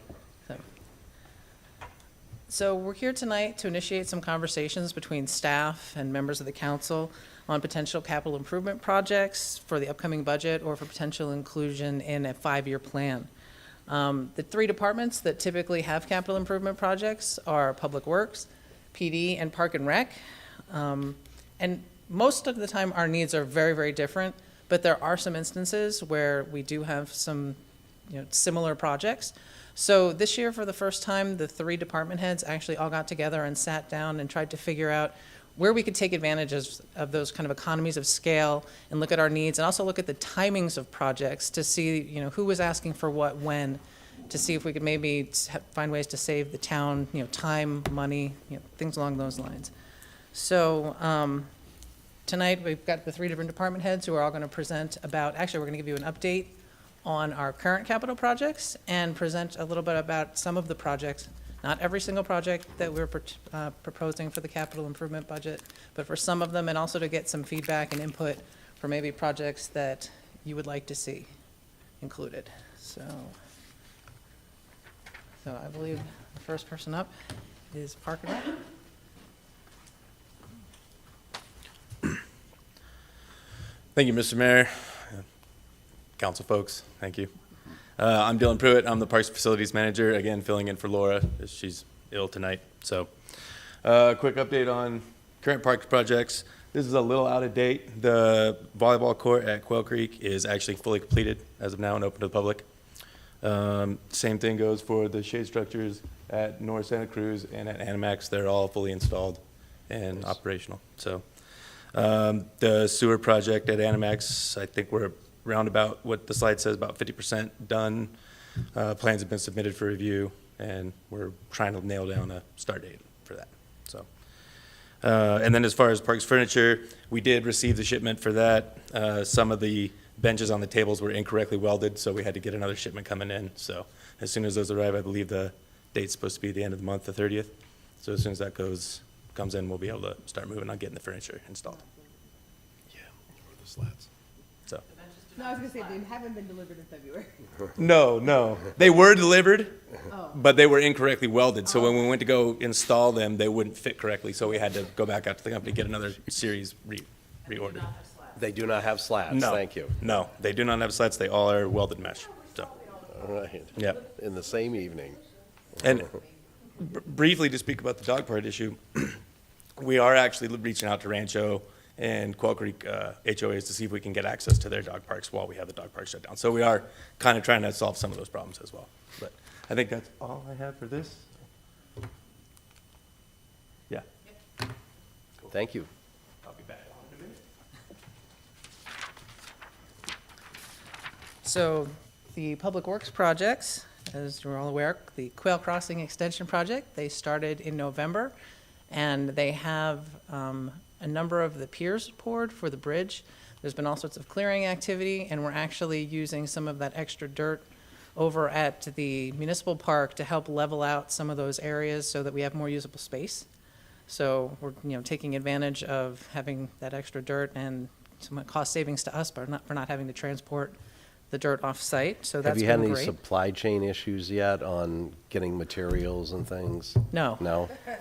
So, Good. we have not. Thank you. So- I knocked. So, we also have our capital improvement for equipment purchases. One of the items that we purchased, which just showed up in Phoenix, I think last week, is we got a small excavator for use in cleaning out culverts. It's actually what the county ended up bringing in on Abrego, because in the past we've relied on our work crews to get in there with shovels and wheelbarrows, and this means you can do it much quicker and safer and more cost effectively. So that finally showed up. There was a little bit of a supply chain issue on that. Okay. That's why it just showed up. We also got a non-destructive post hole digger which we use to blue stake and also to install signs. So it actually vacuums the dirt out, so you don't have to worry that somebody with some sort of tools, it will accidentally hit a line when you're trying to locate it, or when we're putting in signs and things along those natures. And it's actually easier for our maintenance crews because they're not out there with shovels. They're using this piece of equipment. So that's been really helpful as well. The other project that's underway is the Twin Buttes facility design. That's for the project at the 93 acres, that parcel, for facilities for future public works, parks, and PD. And we'll actually talk about that a little bit more in depth moving forward on some of the future slides. The wastewater lab construction, again, this is a little bit out of date. This was supposed to be presented in January. We have broken ground on that, and they have poured the footings and the foundations for the lab. We have also completed our pavement preservation for this year. We did about 9 lane miles of mill and overlay in our residential subdivisions. We only have one more subdivision that has fair paving. The other 6 that were completed were our other 6 locations of fair paving. So once that last subdivision is complete, we will have no more fair paving. Everything else will be in good condition or better. And we did accomplish our 2 OCI points for our strategic plan for this year. So we're at about a 78 right now, which is still in the good range. We are not quite very good, but we are really close. And what's that rating scale? Because you told me before. The overall condition index. Overall condition index. Thank you. Yes, OCI, the overall condition index. And then we have numerous facilities projects going on. Interior and exterior painting will be starting shortly. I believe it's either this week or next week. So you'll see a lot of scaffolding going up outside the building. The contractor who is doing the paint work is also doing all our brick work. So that's really convenient for us. The bathroom renovations at PD are complete, and there is one restroom that remains to be completed at Courts. The sundial renovations will hopefully begin in April.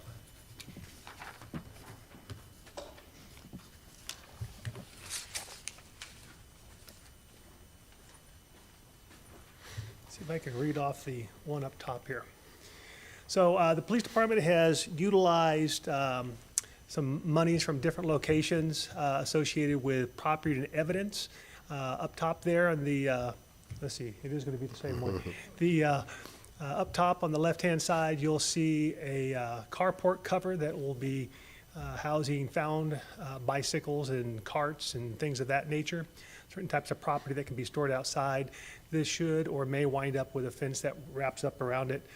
And then, quite frankly, through some really great work through public works staff, you see the 2 Connex boxes out there that now have this apparatus built over it. That actually has lights and electrical outlets and other things to where some of our CSS, crime scene specialist personnel, can pull a vehicle in there and do certain types of processing and vehicle or collection of evidence and whatnot. The lower picture shows it with the light on at nighttime. And then inside a series of connexes, either in our controlled parking lot or secure parking lots in other, or not secure parking lots, secure locations elsewhere in the town.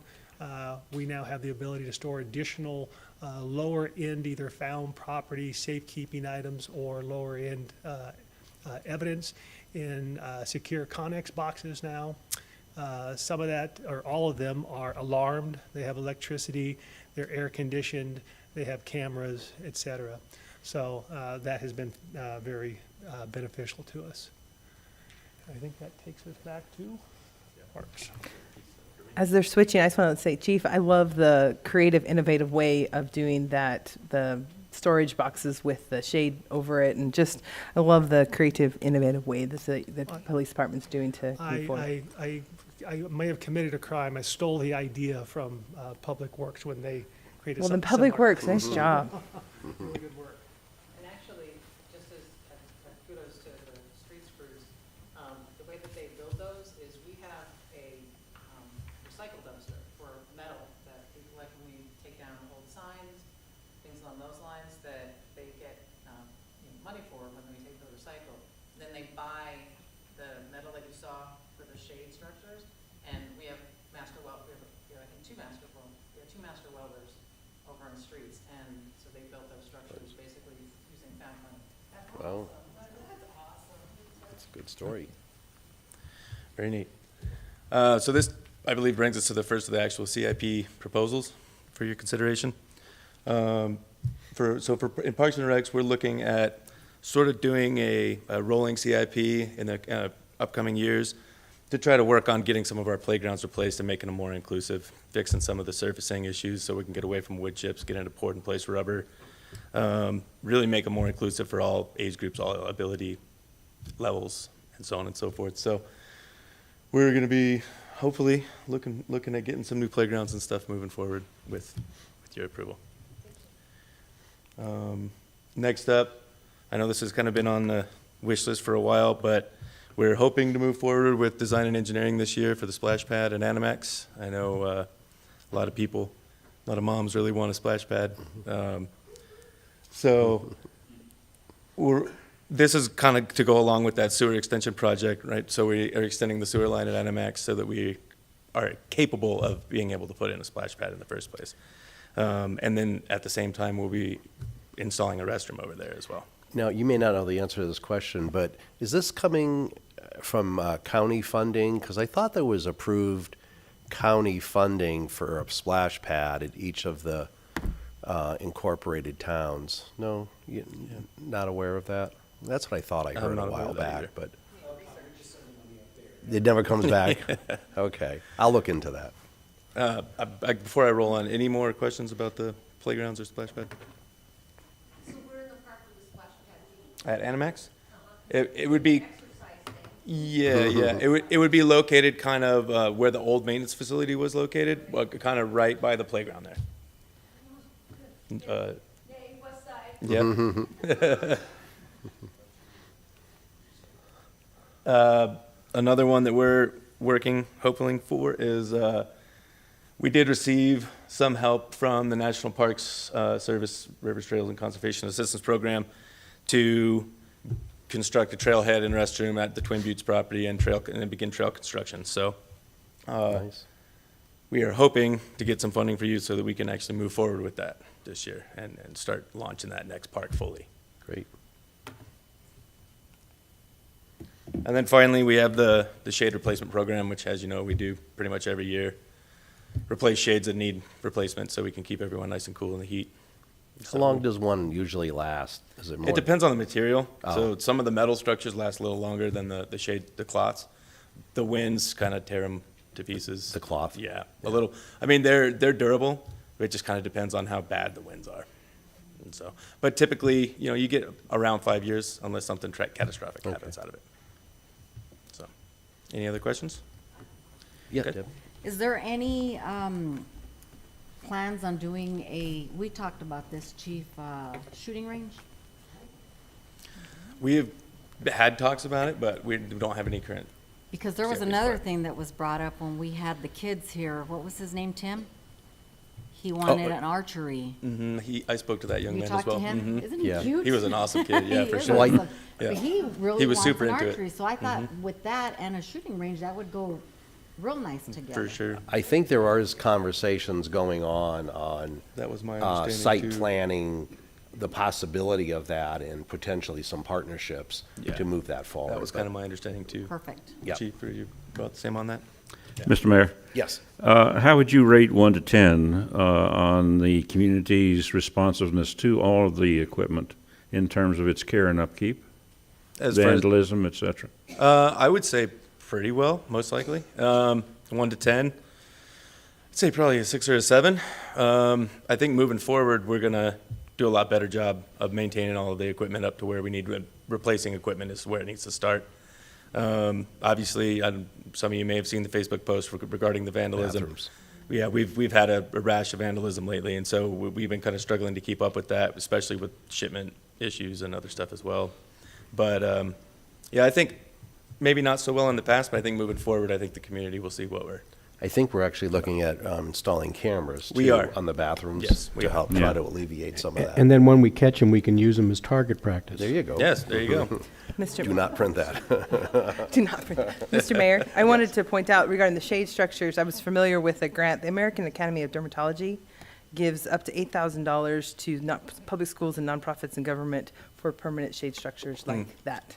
So it's available. I didn't know if the Parks and Recreation knew about it, but they do give that on a regular basis. I don't know So- if Laura's aware of that or not, but I will make sure I bring it Public up for her record attention. now. Yeah. American Academy of Dermatology. Yep. Any more questions? Because I think I am done. Thank you so much for your time.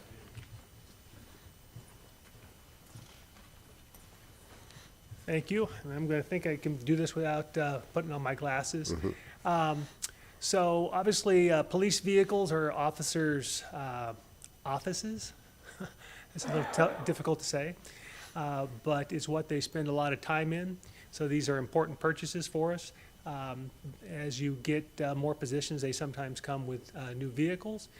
And we have a program right now where each year you see in the budget presented by AC the cost of those vehicles and the replacement plan. So I'm probably going to misstate the number. It's either 6 or 7 that we have replaced each year throughout our fleet.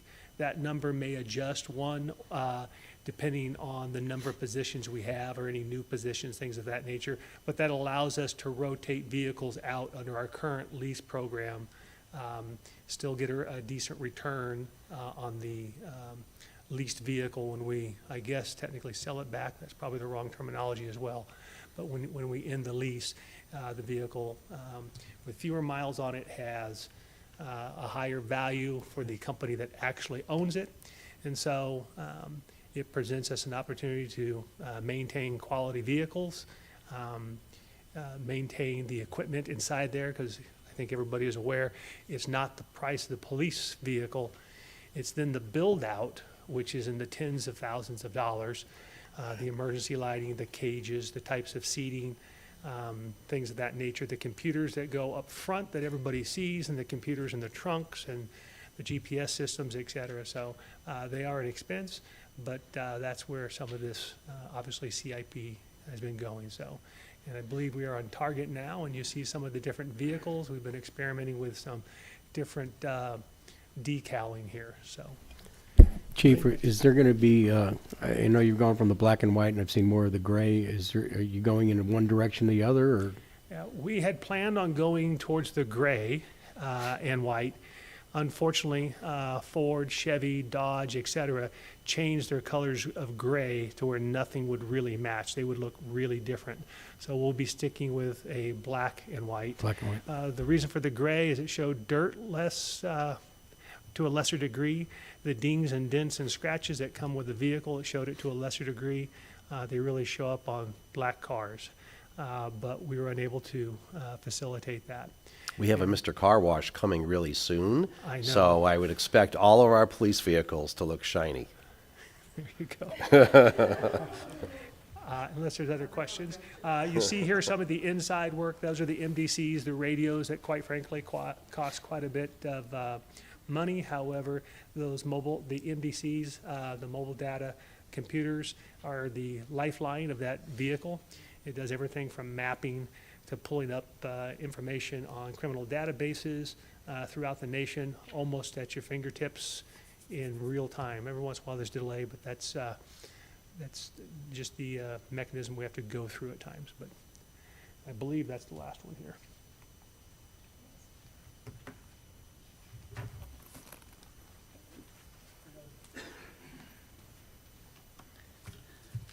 So I promised you more discussion about the Twin Buttes property. So this goes back to the 93 acres that we purchased in 2019. As part of that purchase, there were discussions about doing about a 20-acre set-aside on that parcel for a future Public Works, Park and Rec, and PD shared facility. As you're probably aware, right now, Public Works doesn't have a home. Our streets personnel share some space at the water reclamation facility. And so we don't have dedicated locations for storage of materials or for working on equipment. And the amount of work that we can do on equipment and how we can expand that is really limited to what we're allowed to do at the wastewater reclamation facility. We don't want to do anything over there that could jeopardize our permitting for our wastewater facility. So in order to keep providing the services that we need and that as a growing town, or that we want to be able to provide our residents, we will eventually need a facility for Public Works. So going on right now is the design of what the initial facility for Public Works would look like, taking into account that future need for Park and Rec and PD. A concept plan was done, I think, in 2020 that showed some space needs for each of those. So this the plan that's being designed now was based on that. So we are hoping, as part of the CIP for 2023, that we can actually start the construction of the facilities that are in design now. And to Councilmember Morales' question earlier, that we actually did look to see that we could fit a handgun range and I believe a rifle range will fit as part of that 20-acre set-aside. So, so we're just trying to find the appropriate partnerships to make that work.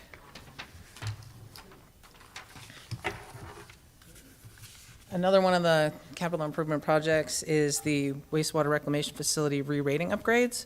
The CIP for the design and the construction of the upgrades are from the conclusions. I don't know if you remember, we did that big study with Carollo. They came in and presented all the different options about where we should take that study, or where we should take the plant to, whether it was a 2 million gallon per day upgrade, the 2.5, the 2.2, or take it all the way to the 3. And the re-rating was the most cost-effective and got us where we needed to be given the potential regional facility. So the design is beginning probably next month to get this started. And this is also in accordance with our regulatory requirements. So that way, when the construction is completed, it'll be in time for us to stay in compliance with our permits. We will have the necessary capacity to continue to serve Rancho and the community moving forward. What are we at right now, capacity, real capacity?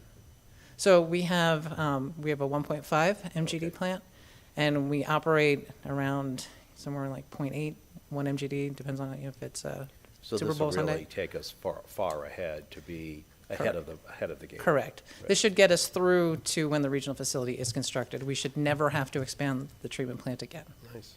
But we still have the option. We could expand it to 3 MGD Right. if we wanted to. It's already permitted to expand to 3 MGD. Right. Great. So some of the other projects, facilities projects that are being included this year are municipal complex lighting, the center complex, fixing the issues with the existing lights out there, completing the restrooms at the town hall portion. The renovations for that, the renovations are complete in PD and in courts, minus 1 bathroom, which will be complete this year. General maintenance, completing some of the painting, possibly redoing some of the carpeting and flooring in certain areas. As you're all aware, the building was built in 2008, and some of it is existing, or original carpeting or original flooring. So it's becoming time in a lot of locations to start looking at those things. And we also have, as one of the options, an electric charging station to be installed as near the Park and Ride as one of the options, maybe something to look at, to consider, because it's not a networked charging station between Mexico and Tucson. So it'd be nice to maybe have a network charging station in Sahuarita. Can we make a requirement they wash their car on the way here? At the Mr. Car Wash? Yeah. So, one of the things that Public Works is working on right now, we're working with WSM Architects. We're doing a space study. Because one of the joint needs between PD, Park and Rec, and Public Works, as I've alluded to, is space. And actually, it's an issue for pretty much every department within Town Hall. We're running out of space. And so they're looking at, they've met with all the department heads so far, and they're looking at what our anticipated needs are for about the next 10 to 15 years. They've talked to the department heads about what kind of services do you think you'll be providing, how many additional FTEs do you think you'll need, what kind of additional services we'll be providing. So they're going to take a kind of a look at the town as a whole and figure out if we can maybe reuse things or if we need to build new facilities or what other options are out there. And we're hoping to have some costs back from them in time for inclusion in this budget. I think we have a placeholder right now in the budget for it, but it's really kind of a guesstimate as opposed to being based on concrete numbers from them. So we'll hopefully have that in time to talk further as we move along in the budget. And actually, the next item on the agenda is more about bridges and structures. Nala will be giving a presentation on that, so I'm not going to get into that in detail. And one of the other CIPs that we have on our list is the Abrego Culvert. And I believe the last item on my list, it's actually a joint item. So Public Works for the last 2 years has had a CIP project for equipment acquisition. That there's a lot of heavy equipment that we use on a regular basis, and it doesn't make sense for us to lease it on a weekly or monthly or yearly basis. So we started purchasing that equipment that we use regularly, so then we're less reliant on contractors, and we can schedule things based on our needs as opposed to somebody else's. So we're recommending that Park and Rec starts doing something similar for their equipment needs. So at this point, if there were any additional projects or any questions or any of the departments? Right. Well, I appreciate, Mr. Dilly, I appreciate the willingness to, present the CIP. I love being on the early part of the process because all of us have connections and get feedback from our community. So, and I know then you're going to have to put together, a budget, but I really do appreciate your willingness, one, to keep us updated on what's, going on and what the department head needs are, but also the willingness to ask us, as well. I have a few, but I'd rather start from my other colleagues. Bill, did you want to go? Mr. Mayor, real quick, on the purchasing of the equipment, are we doing a TCO kind of calculation? Because some of that stuff is very specialized, has maintenance requirements and things that can be costly, and then we have to bring in certain mechanic skills. So we're hiring more people that we could outsource if we don't use it on a daily basis. We are looking at that when we decide on a piece of equipment to purchase. Thank you. Great. Gil, this is your last chance to add some stuff to the list. Oh, okay, I'm sorry. That shouldn't take more than an hour. No, I just wanted to say you have my extended thanks for doing such a fantastic job. I've watched and seen this town grow over the last 10 years, and it's been phenomenal. Due in large part to, of course, our council, but also, more importantly, to you who are out there in the field doing the work. I'll miss seeing all that going on. You're not going that far away.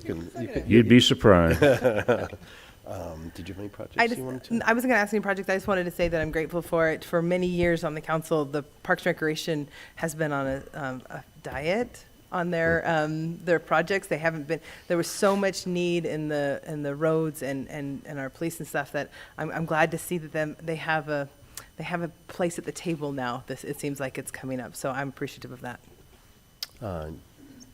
Councilmember Morales, did you have anything in particular before it gets to me? Before it gets to you. That's a warning. No. When I started working here, we worked out of Fry's Shopping Center. Not in the Fry's. It was no. Yeah, not that nice. We're the modulars there, Yeah. and for you to say, we're outgrowing, to me, that's kind of exciting to see. When we worked at the Fry's, when I was at the Fry's Shopping Center, it was a job. But now I feel like it's a town, and I have for a few years now, and just all this coming together and all this expansion, this is really a genuine town. Thank you. Simon? No. Mr. Mayor? Yes. Before you close out. And then, I'm sorry, I didn't mean to cut you off. So, just getting feedback, and I know Beth knows this one, but I've had a lot of feedback over time on Duval Mine Road, turning left into the Culvers and Dutch Brothers in that area. When the median was designed with the stacking on that left-hand turn lane, we didn't have about probably 90%, I think Bashos was emptied, and it hadn't been repurposed yet. Of course, none of the pads in the front were done. So that certainly, for me personally, going down there, it doesn't take a lot to stack back into that left lane, through lane, and then you really only have the right lane to go forward. So I'd love to, I don't know what that takes, or how often, or how long it would take, but if we could look at some engineering on the cost of doing that, that is one. And then I had a lot of feedback. One of my goals would be to redundancy on dog parks. I had a lot of feedback that, one of the ways we could have had some redundancy is at North Santa Cruz Park. There's probably a big need for there, on there. So I don't know if Los Arroyos has enough space. I know it's a pretty tight spot. But if we had a little more redundancy, and if we had 3 or 4, we could have closed down a couple and had reseeded that. So I've had a lot of, feedback on that, because we love dogs in our area. And then I had a couple actually, out of Quail Creek, that they're veterans and active in veterans groups. And we call it the Veterans Memorial Park out there, but they said, now that we have fields and things, we don't have a flagpole, we don't have even a small stone plaque tribute. They're not asking for a lot. Plus, they also were willing, just like the group did over at the Sahuarita baseball field. Actually, that money was raised by our veteran community. So if we could take a look at that at some point and weave that in, that probably would be at no cost or very little cost, because they would be very active. So they were just wondering, we call it Veterans Memorial Park, but there's no tribute or flagpole to veterans on there. And then I know we've had discussions before. I know that's probably more of a relationship working with the school district, but I've had a lot of positive feedback of the Hawk up at North Santa Cruz Park that we've had up there. And Anza Trail is unprotected down there. So if there's ever a possibility, and I think they'd be willing to, because they have adjacent ways money potentially, between that and Walden Grove, that's horrible in the morning, but I know that's a very small, specific time. It's dangerous and it's, bad, but it's, something I think for us to continue to monitor.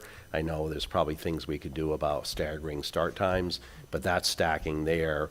And I know if you probably did a traffic count, it probably wouldn't warrant you're teaching me, warrant a light there, because, it has to be over a greater period of time. But, just that great relationship that we have working with the school district, I think both at Anza Trail, maybe a potential Hawk there to protect, as well as, we've done a lot of stuff at Abrego, over time. It started with just stripes, I think, right? And then we did the pork chop, they call it, pork chop? Yes. Yeah, down there. So I don't know, what could be done, but that's just something to monitor. Those are kind of the things I had on my list. Mr. Mayor? Yes. Just a thought that comes from that. In driving around town today, I was amazed as I measured the last 10 years of traffic growth. Mm-hmm. And my goodness, we have a lot of traffic in our downtown areas these days. Yeah, yep. And it's coming more, I'm sure. Yep, and that's why, A real challenge for you. Yeah, absolutely.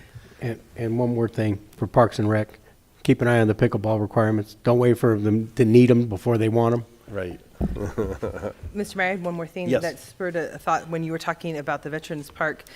When I was on the Parks and Recreation Commission and we initially named it that park, the goal was to have something of that. And there was the thought, here in Arizona, we can never have enough trees planted in a park area, that there would be opportunities for people to sponsor trees there as dedication to their veterans and their families, the veterans that have lost, veterans that have served, whatever capacity they would want to. But I'm not sure what happened to that idea, but it might be something to resurrect. Right. On there. So I think that's our list for this evening. No, I don't think so. Not at all. Thank you. Thank you. I really appreciate that. Any other comments on that? If not, I don't think you're leaving. Madam Clerk, item number 15. Thanks. Presentation and discussion of bridges and structures, a status update. Ms. Abramowitz is staying here. And again, Shane, before we moved on to this, I just appreciate I know Laura wasn't feeling good this evening, but, we have our, Dylan and Devin, presenting. I really appreciate giving the ability for other staff members to present, to us. It really, I think it's wonderful. Yeah, Mayor, absolutely. Mayor and Council, it's a great opportunity for us to develop the professional quality of staff, and it's a unique opportunity for staff to get in front of council. It's not something that they experience, often, and to provide that experience for them is wonderful. So thanks Right. for your understanding. No, and thank you, because I think if it's not done purposefully, it will never happen. So I appreciate your efforts on that. And welcome. Not that you're a stranger, but you're not here all the time. So once again, good evening, Mr. Mayor, members of the council. The bridge inspections actually ties into one of our CIP projects. We've included some requests for funding to address some of the issues that we've seen at our bridges and structures.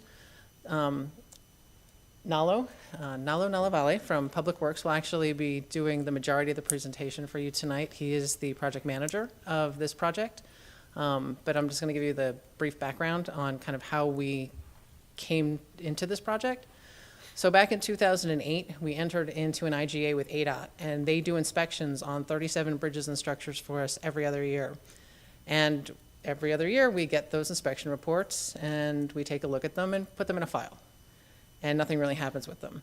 And in the last couple of years, we've been looking at the requirements and what they're telling us our bridges look like. And sometimes it's really not, the inspection reports aren't really forthcoming. That they'll have something that says, well, bridges scour critical, but then there won't be any recommendations for maintenance. Well, what does that mean?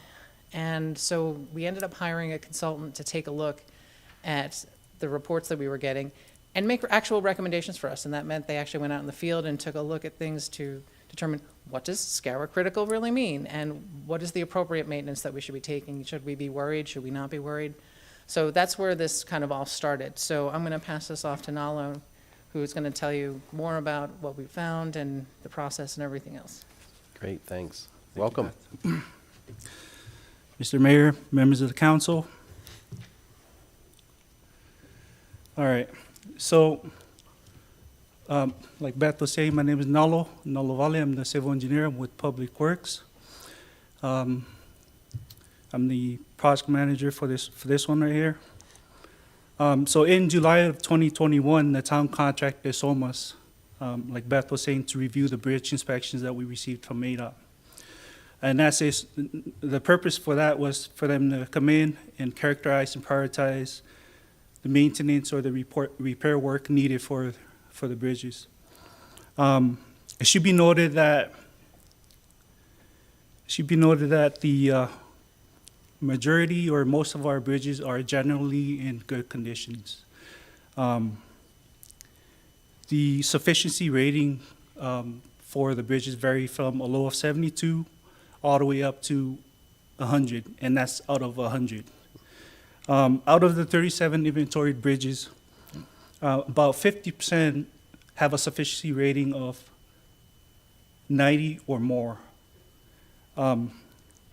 with the rest rated at above 72 or 70. Additionally, all the individual element condition ratings are fair condition or higher. As our structures are generally in good condition, the best course of action for the town is to address the maintenance issues now, rather than, while they're relatively small, rather than deferring them to when they're more impactful and most likely more expensive to correct. So there are three major categories of maintenance and repair tasks that need to be conducted. The first one is removal of sediment, debris, and vegetation. So that's basically if there's anything blocking the channel or blocking the bridge, you need to go in there and remove that. A lot of times it's sand or rocks from upstream blocking the culvert or the bridge. The second part is the scour repairs. A lot of the inspection reports that we receive from ADOT calls out for scour repairs, at our bridges. And then the third one is the structural repairs. Structural repairs is basically when we go in there and we repair or replace any structures of the bridge. Now, those pictures on the top and bottom, that's an example of scour, correct? Yes, sir. Okay. So right here, these two pictures right here were actually taken from a channel that crosses the Camino Rancheria road in the Rancho Sarita development. They're actually taken on the upstream side and the downstream side of the channel, not at the actual bridge structure. So, Would typically what you see exposed below, just guessing, I know it's a guess, how far down does the concrete go below the scour right there? Are we getting close to, it failing? Might not be the right word, but so these ones right here, the toe down for a lot of the channels are usually from 12 inches to 18 inches. Okay. That's the standard for it. These ones right here all the way down, so it looks like they're probably at least 2 feet right there Right. in the channel. So, Great. okay. So 13 of the inspection reports noted sediment buildup and/or construction debris in the channel near the bridge. The debris and sedimentation should be removed to allow free flow of water, of the water below the structure. 9 of the inspection reports noted light to heavy vegetation growth within the bridge area. Scour damage, like I had mentioned earlier, is listed on several of our inspection reports. Scour is the leading cause of bridge failures nationally and is therefore carefully monitored during bridge inspections.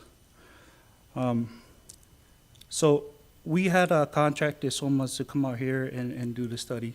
SOMAS concluded that a lot of these scour damages that were actually happening outside of the channel or outside of the bridge area and not at the bridge itself.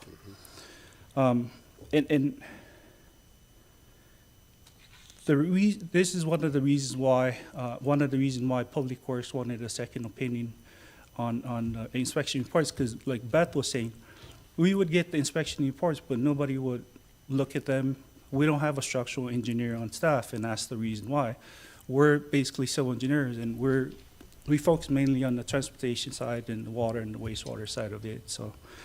Can I ask a question? yes. Yes, sir. So we're getting reports from the state, and we had to get a contractor to translate those reports or go out and re-review what they reviewed, so we had some actionable information. That's bullshit. Okay, in plain English. We need to get ADOT engaged. We're paying for this anyway. We're actually, it's a free service, actually, so. There's nothing free in the government, okay? We're paying for it one way or the other, okay? So what we need to do is, I agree with everything you're doing, that's not a problem, but we need to fix the core problem, so when we get something from them, we know what we need to do with it now, and not have to spend more money translating it into English. Okay. You're welcome. All right. So, maintenance and repair for structural repairs. Did I skip a slide right there? All right. So, structural maintenance involves repairing or replacing structural members of a bridge. Examples of structural maintenance can include things like tightening bolts, installing shims, crack repair, replacing stringers or girders, and repairing or replacing head walls, wing walls, and spillways. So 14 of our structures require minor structural repairs. 13 of the 14 are for minor cracking, concrete spalling, or other concrete repair. So to organize the maintenance and repairs needed for bridge structures, a prioritization was established based on the most urgent tasks. The tasks are organized into the following categories. Material removal, that's sedimentation or debris or any sort of a blockage. We'll go in there, remove that. Scour repairs, that's a lot of times after a big storm event where you get fast-flowing water. The foundation at the piers or the abutments or the shaft, they get exposed, so we got to go back in there, use engineered backfill material to build it back up, compact it, and then do the scour repair on it. So within each repair category, the work is prioritized as high, medium, and low. Please note that high priority does not mean the repairs are critically urgent. It does not imply that the bridge will will most likely fail. So it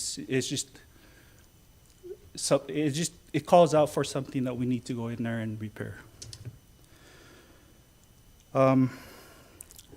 So based on, oh, yep. Do you have any now that are at high priority? No, we don't. We don't have any high priority. Like I said, the sufficiency rating varies from a 72 all the way up to 100. So the 100 ones are actually right. Well, actually, we do. I'm sorry. Let me take that back. We do have some that are high priority, but again, it does not mean that the bridge is failing. We just need to address them. So even though it says high priority, It's really just a prioritization. It's just the prioritization Right. part of it. Yeah. Right. Yes. Right. Yes. Yeah. Right. Yeah, not for safety side of it. So based on our records and research, a lot of the washes, channels that run through town, the bridges located within the town right of way, actually belongs to HOAs or private property management companies. A good example of it is right here. This is the two of the town inventory bridges on Rancho Sarita Boulevard, just north of the Fry Shopping Center. The yellow area right there, that's basically the bridge. There's two of them right there. So basically from the inlet of the bridge to the outlet of the bridge, that must be maintained by the town. All of the area on the upstream side and the downstream side of that area in the hatched blue, that's the responsibility of the HOA, which in this case is Rancho Sarita HOA.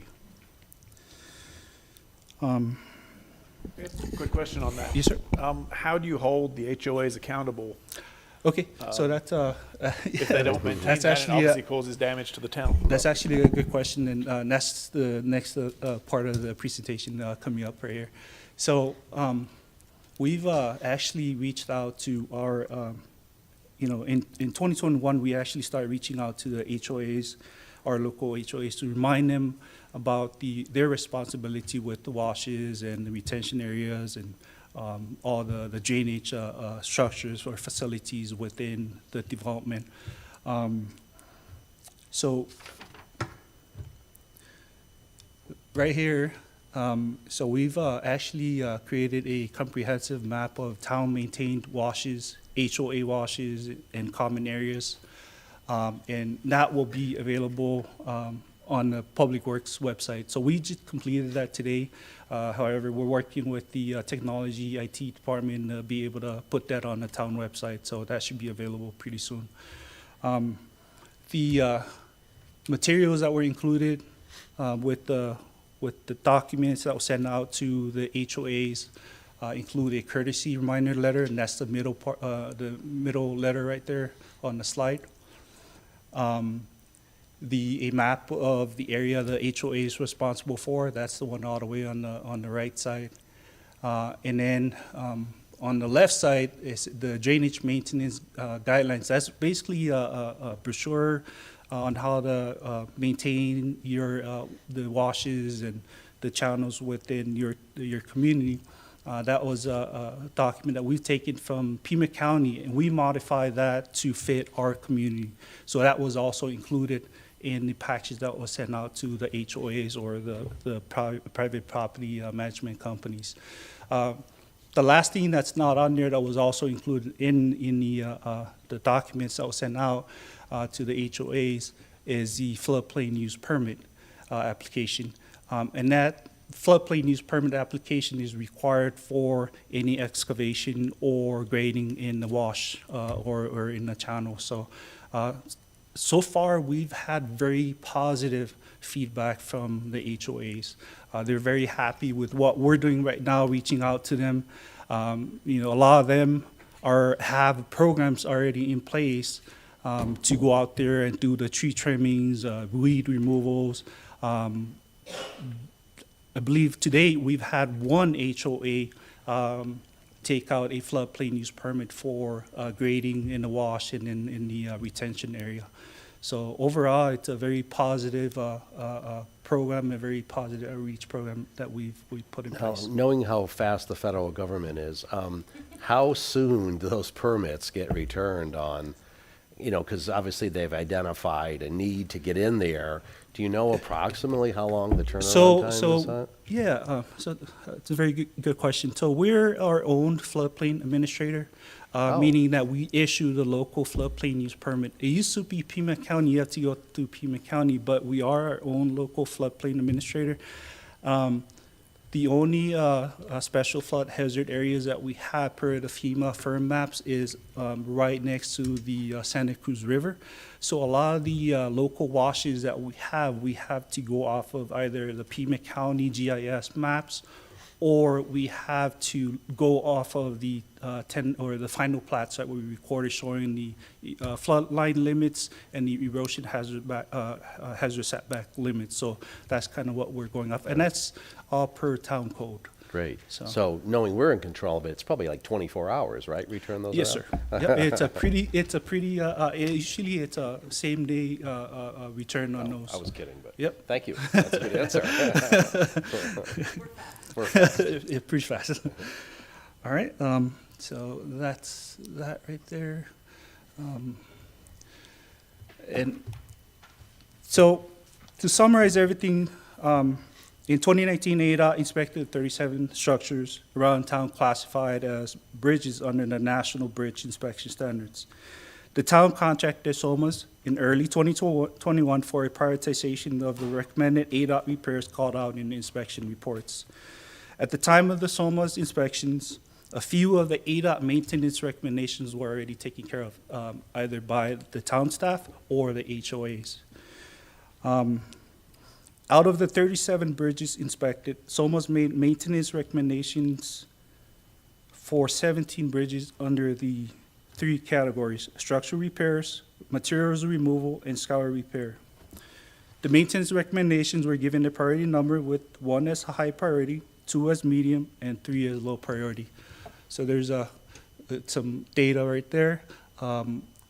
Overall, the cost estimate, and this is just an estimate, it's not actual numbers, you know, with the cost of everything going up, right there, it's $275,000 for all the repairs and everything. But with the cost of everything going up, it's possible that number can double when we do go out for. It's probably more probable knowing the numbers that are coming in, unfortunately.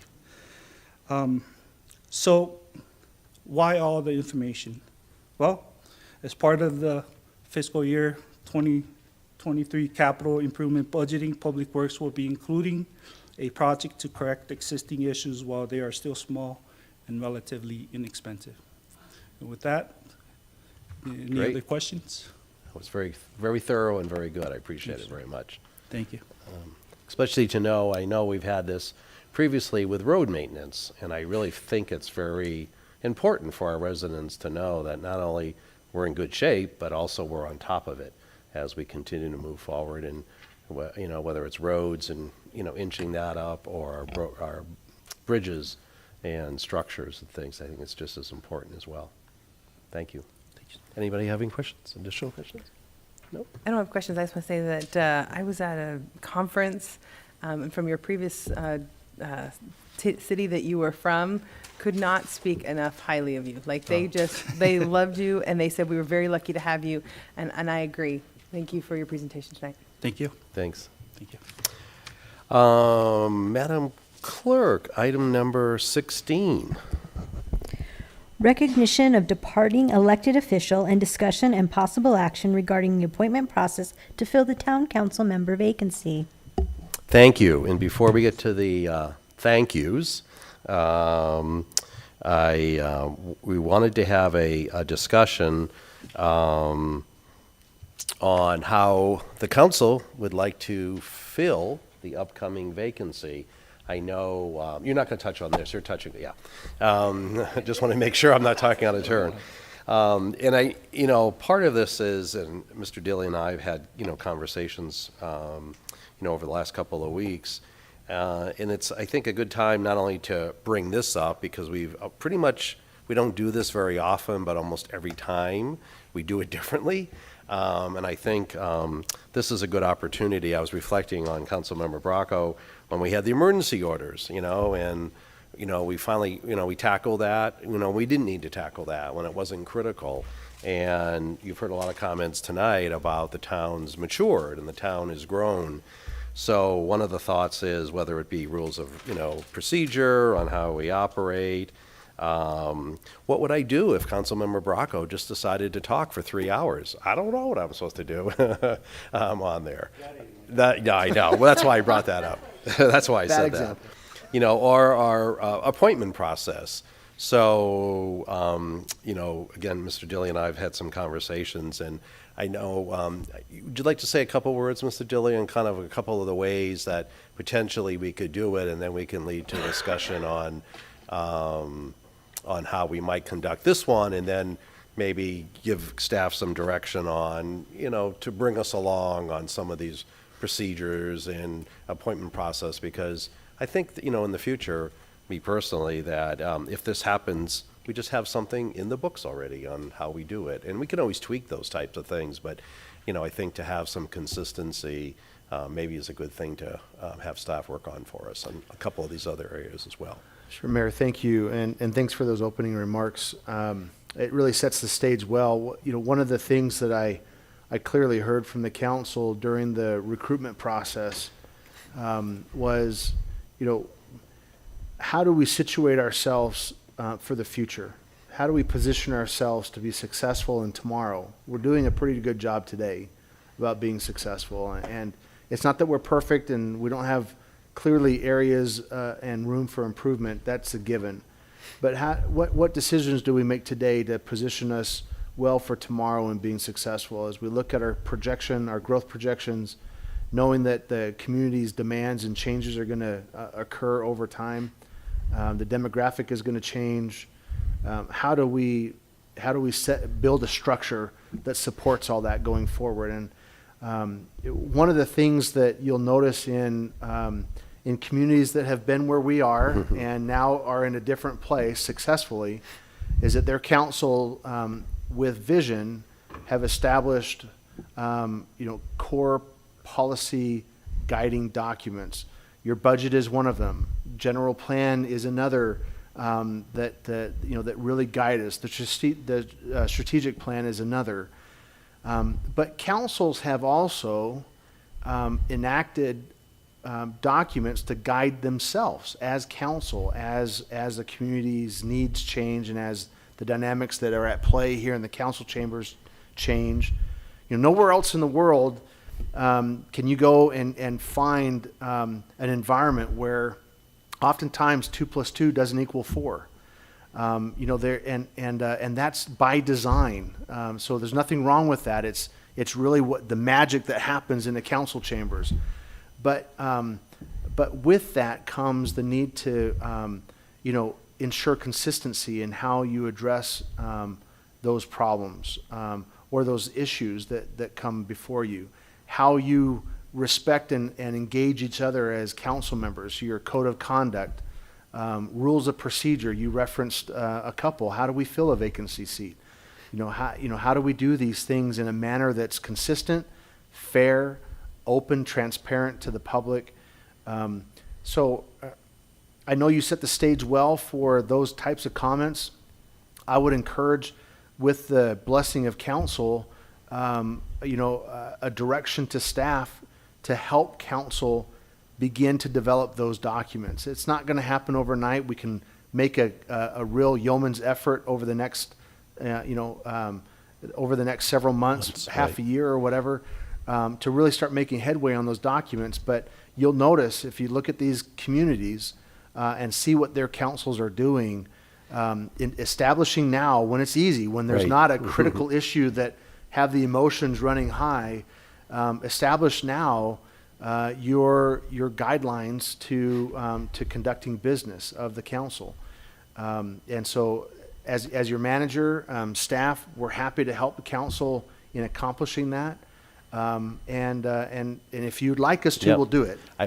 Does anybody have any objections to, having staff work on some of those things? And again, it was before you, but Councilman Bracco, had brought up a good point when we all of a sudden found ourselves in the pandemic, and we had emergency orders, executive orders, and all these types of things. And that was his point, that why not do this when when we all are on the same page, as opposed to when there's sort of controversy or there's a problem. So Yeah, I thank you. think I felt that early on when a pandemic hit, and I think that would continue that process. So I'm referring largely to documents that guide you as council in working together and taking care of the business of the day for the town. It won't just say do whatever the town manager says, right? No. Okay, just checking. Far from it, far from it.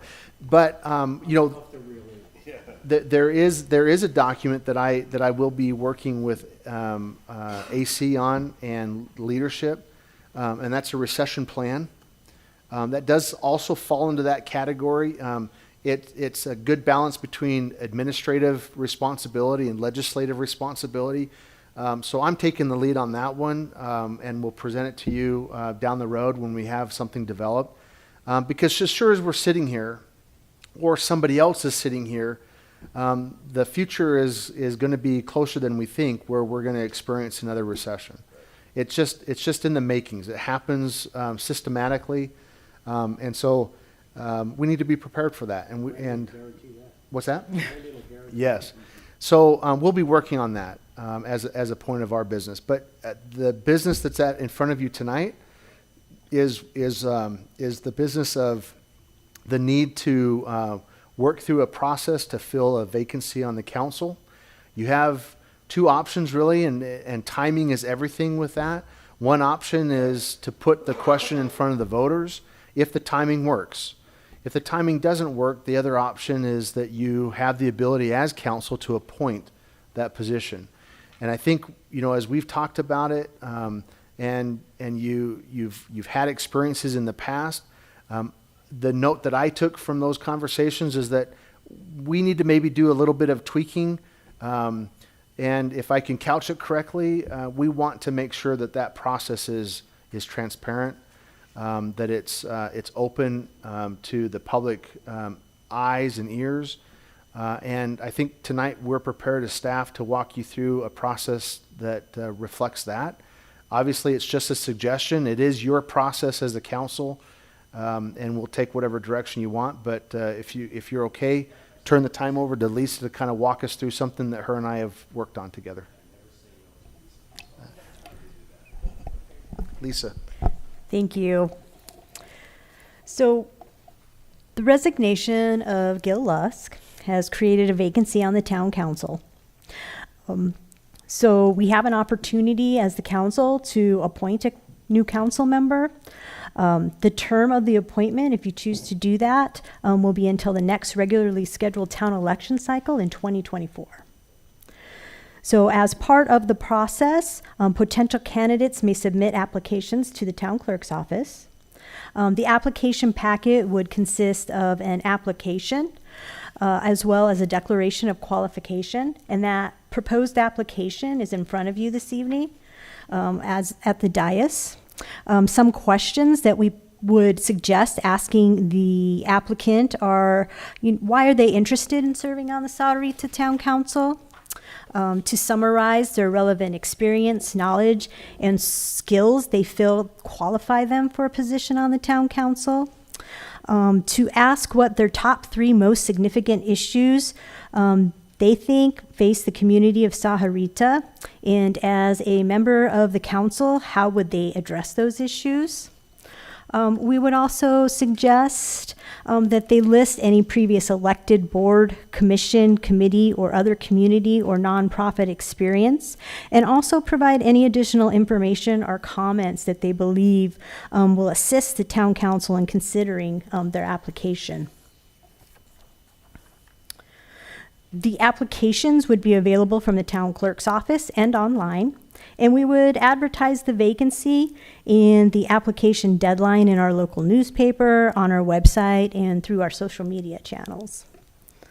After we receive the applications, there would be an initial review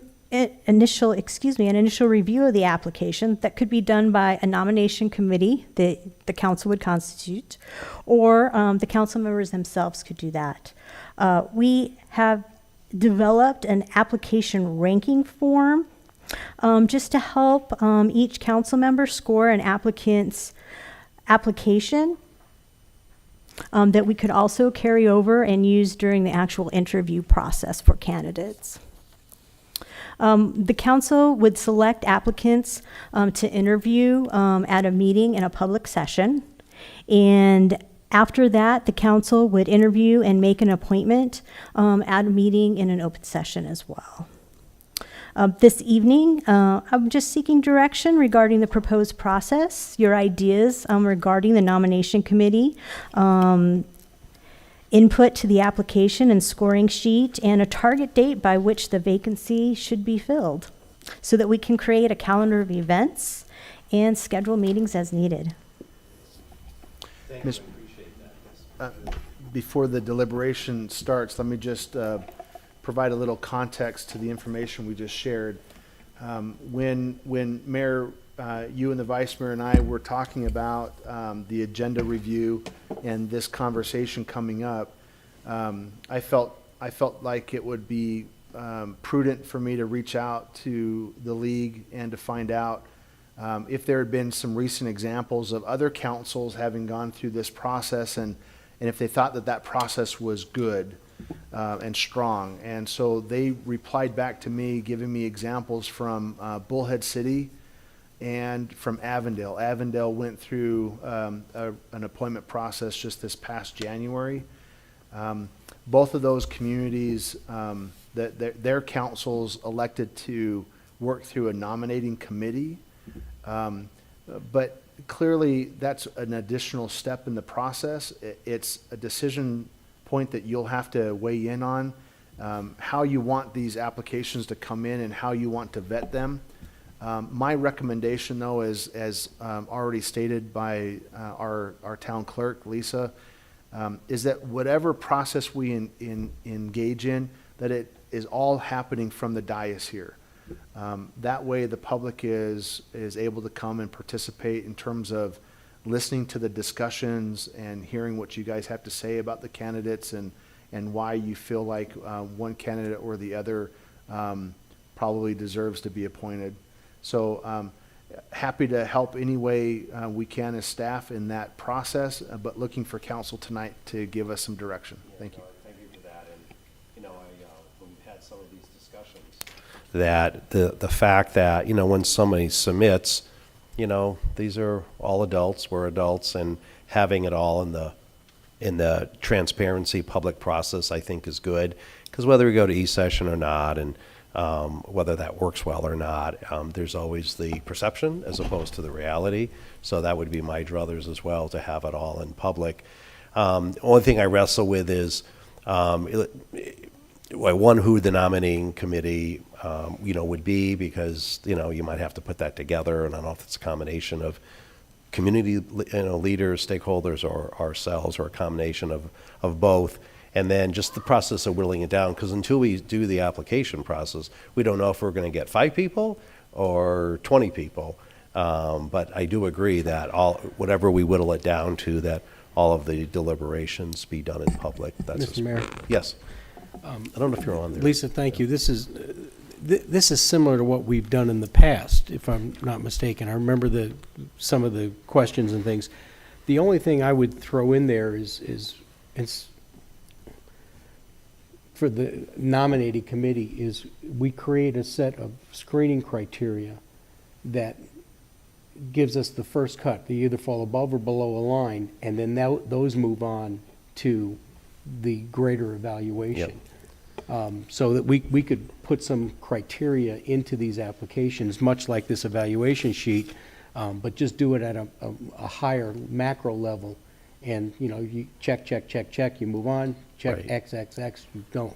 Do you have any thoughts on who you'd want the nominating committee to be? Should it be us? Should it be community? I think it should be us. Yeah, I was going to say, at least for the first time we're starting to do this, I Right. think that it should be as council. If we find that it is too onerous or too political or whatever, then we can change it for future council meetings. But this one, I don't see any need. But there was 21 applicants, 22 applicants last Yeah. time. It wasn't that onerous. It wasn't like we had 100 to go through. Right. Yeah, well, that was still quite a number of people to whittle through. But we could do it as a council. Right. Any other thoughts? Yeah, I'd like to say, we just hired a town manager. I think we did a pretty good job. I think we could select another council member. The process that we did when you were appointed, I hated that process. I thought that process was horrible.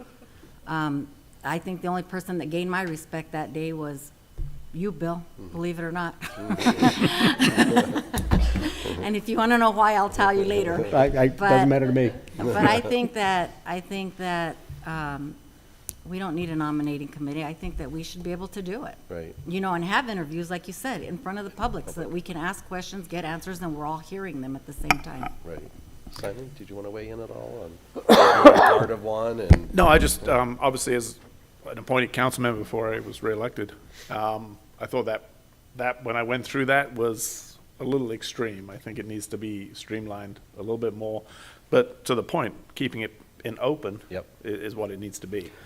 But I think, having 7 or 8 candidates sitting in front of us is too unmanageable. I think Yeah, that no, needs to be whittled down to I agree. I think, a what we can do is meet to tighten that down and, in maybe 3, 4 yeah, tops. I would say no more than 3. But Yeah. Mr. Mayor? Yes. If I'm still on the council. No, you're not. All right, I'll shut up. But you'll miss my important point, okay? The one Please thing that's continue. always been concerned to me is we're a community of 2 groups. We have the youngsters and we have the oldsters. And if we put on the council a group of councilmen or councilwomen who are all youngsters, there's going to be a suffering. If we put on the council nothing but oldsters, we're going to have a suffering. And when we interview or talk to people who are bringing their interest into this town, if I were listening, I would want to hear about the fact that they understand this and that they're willing to represent both sides of the coin.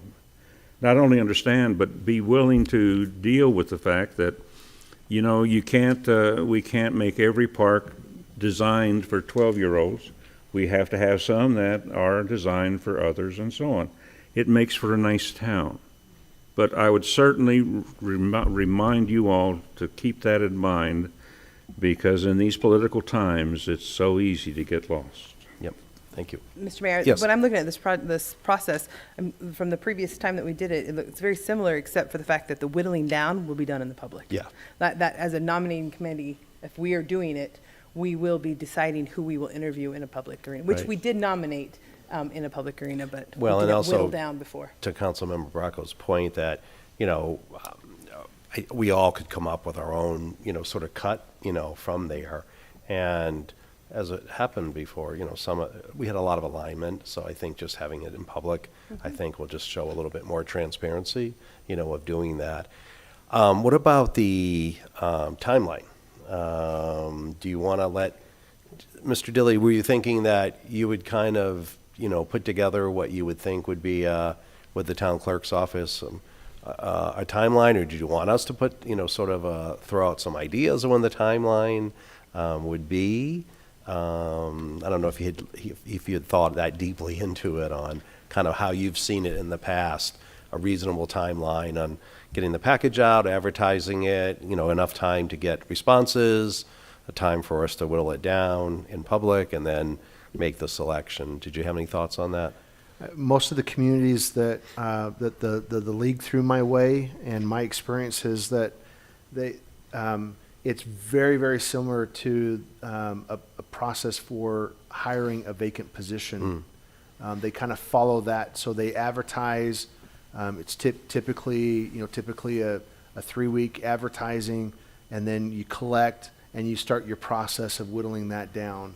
I think 3 weeks is probably a good time Advertising, frame to get it out and to allow people to think about, if they want to put their name in the hat for consideration and develop responses to the supplemental questions. We developed as staff this applicant ranking form. It took the questions that Lisa reviewed with you, put some weights next to it. We would really like your input on if those weights make sense. But we can essentially follow our hiring process as an organization to help us through the process itself. The questions, if those questions make sense, I appreciate the point that Councilmember Lusk brings forward. Maybe we can revamp one of those questions to probe an applicant's understanding of the community, the dynamics of our community. So maybe probe their understanding of the dynamics of our community. We can certainly do that.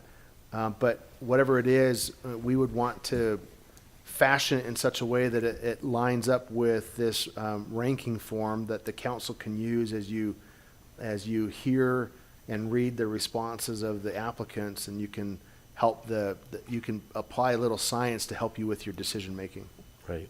And would you feel the need to have already this reviewed back to you tonight, or take it with us and email you, within a few days and give you some input and then kind of work through the process? I think it really depends on how fast you want to move on this, Mayor, to be honest with you. You're really driving the process. We'll facilitate that and make it happen. I would suggest that whenever we start the clock, that we just advertise for 3 weeks. We'll put it out on social media, we'll put it on our website, and then we'll collect, probably have a cutoff date, and then we'll give ourselves a couple of weeks to sort through all those and get them packaged up for you as a council to consider, and then get that on the next available agenda for you to start the public vetting of the candidates. Right. Mr. Mayor, I have Yes. 2 comments. With all due respect to Gil's comment, we're not appointing 7 new council members. It's 1 council member, and that person would only be on the council for 2 years, have to be reelected. So everybody else has had to go through an election process, and I think we have a diverse group up here, and I think the residents of Sarita have done a great job of electing diversity here in our I community. just want to say, I wasn't old when I first got on the council. Neither was I. A thing regarding timing, I'm concerned about doing this quickly just because we are in the midst of starting an election, and we're filling a 2-year seat that was from Mel's, from Councilmember Smith's election, and people that are running for that seat, would they be applying for this? And if we appoint them, then we have to do it again just shortly after. I'm just wondering if there's any concern that we should just hold until after the election to determine how that all plays out before we do this. Right. Well, Go ahead. that's, to your point, we don't have to wait till after the election. We can wait until after the filing of August 6th before we process anything. And anyone that has submitted their paperwork and packet and are on the ballot are not eligible to apply for this position. Now, you mean April? April He said 6th. August. April, so you said August. Oh, I'm sorry. That's okay. Yeah, no, April 6th. April 4th. April 4th, thank you. Sorry. Yeah. And then we can proceed on from that. We don't need to wait till after the election. Right. To start this process. Right, that's what I was thinking too, because I thought August, if that's what you were referring Well, I'm to. just Yeah, I think that's too long. But we would already know on April 4th, who's on and who's Who's on the not. ballot, right. And then, Can we officially tell people they can't apply because they're running? And that's just the question, I no, just don't know. but we're literally only 2 weeks away from April Yeah. 4th. So by the time I think we would provide comment on this and then get it out, I think waiting 2 weeks, would be okay. But, so I'm you're talking saying. about limiting people from applying. Oh, well, I know, that's where it's kind of. I mean, if someone's already on the ballot, Yeah. can they apply? Well, So I have a question. Why aren't we just doing this on the election? Why don't Because we they just? can't, they can't get processed in time. We already have 2 people being in the process. Why can't we just make it the 2 seats? Because it's not, we missed the window. We missed the window. For them filing. Somebody gets having this enough notice time now, to it get needs there. to get all their signatures in and go through the whole process in 2 weeks. Right. It's outside the, you know, the reality scope. It's in that first paragraph on the paper. I know, but, all right, Gil, you knew about this a long time ago. He wanted to serve to the end. Mr. Hockley, that's correct, right? We're out of that window of where that's a possibility? Yes, that is not a possibility under the statute. Okay. So I guess one of the considerations for all of us is if someone's filed and put their signatures in, are you okay with them applying as No, opposed to waiting for the... to me, that would be a screening criteria. You're already on a ballot. You're already running for an election. Right. I'm not going to point you to a job that you're going to run for. One for, right. Well, that would even be very confusing because they'd Which- be appointing for one, but running for They're another. sitting in 2 right. seats, in essence. Right. redo this Right, in August. right. Okay. Thoughts? I mean, my thought is we take a look at this, we get comments to the manager and our attorney and our town clerk. If you have any waiting questions, Mr. Daly already said he could tweak, you know, maybe one of the criteria questions based on Councilmember Lusk. You know, send it back and forth, and then after, what I'm hearing by some, and then after April 4th, put the application, the announcement out. Put the announcement out with about a 3-week window, and then come up with, you know, a timeline after that on whittling it down, because then we'll know at the end of the process, are we dealing with 20 people, or are we dealing with 3 people? Yep. Mr. Mayor, and I don't think, and the attorney maybe can correct me, there isn't any limitation on how long this position can be vacant for. Right. There's not a requirement. I know in 5 districts it's 3 months, but, so in this case, we get the comments back to the town manager at the next council meeting, and then the council meeting in April is when we agree to go forward and post it. Yeah. That takes us So we out could- of the we could election have that- period. Yep, and That then gives have us a final time yeah. to, on April 28th, to have that discussion, and Yeah. does that sound good, Mr. Dilly? Or you're...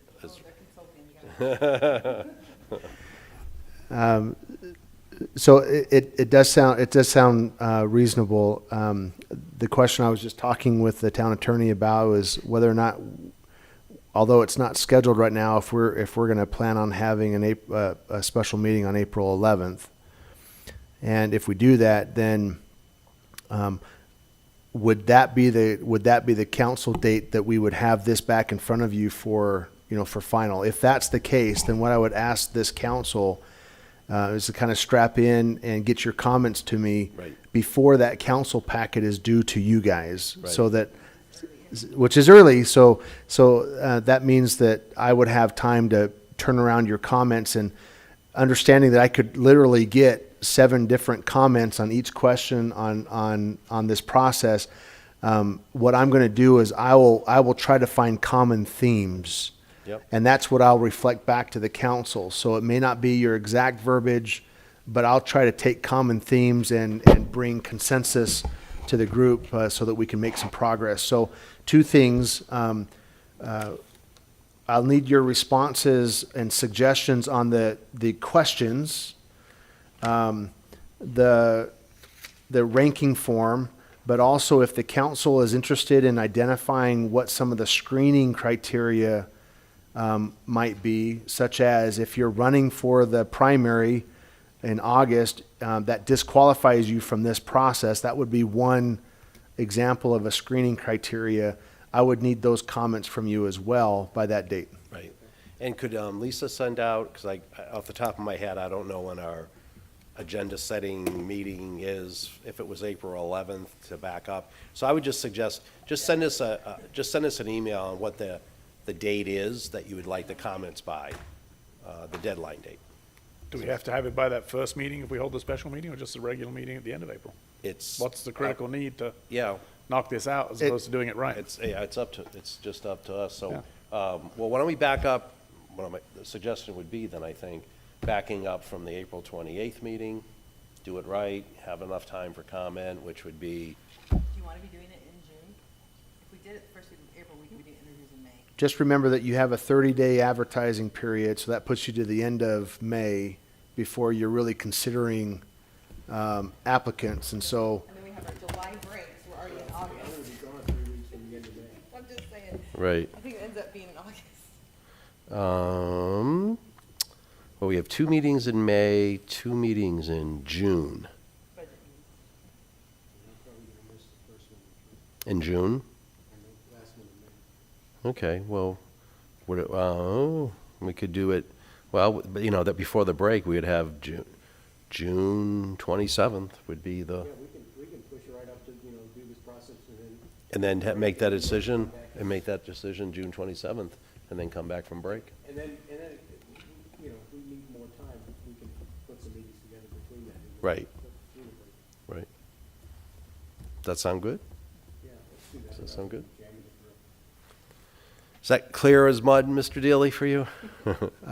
Yes, sir, it is. Okay. So you're looking to make the appointment, I mean, that's the target, is to Yep. make the appointment your last meeting before your summer recess. Summer break. So we'll just work backwards and put Yep. together a time frame to make it all happen. Yeah, I think that's the easiest way. Okay. Know where we want to be and then back up from there. Allow you to work on that. That good on that? Mr. Gonzalez, I think you're up. Mr. Mayor, members of the council, this is a part of the agenda where we would dim the lights. Yep. And we Have would disco cue the balls music moving. for This Is Your Life, Councilmember Lusk. But we wanted to take just a minute, if you will, to really just highlight your body of work, Councilmember Lusk. On behalf of the town manager, Mr. Dealey, and staff, I have the distinct pleasure to just acknowledge your service and the body of your work for the community. These slides are by no means an inclusive list of the service to your community, but just rather a glimpse. For we know that good work, such as a civil servant like yourself, there's a lot more that goes into it, and I'm sure you can tell us the many, many stories that you've had and conversations you've had with your fellow residents at Quail Creek about the Quail Creek Road. So if I were to describe you, sir, and your character, I would say that you're one that forgets those things which are behind. You're always reaching forth unto those things which are before.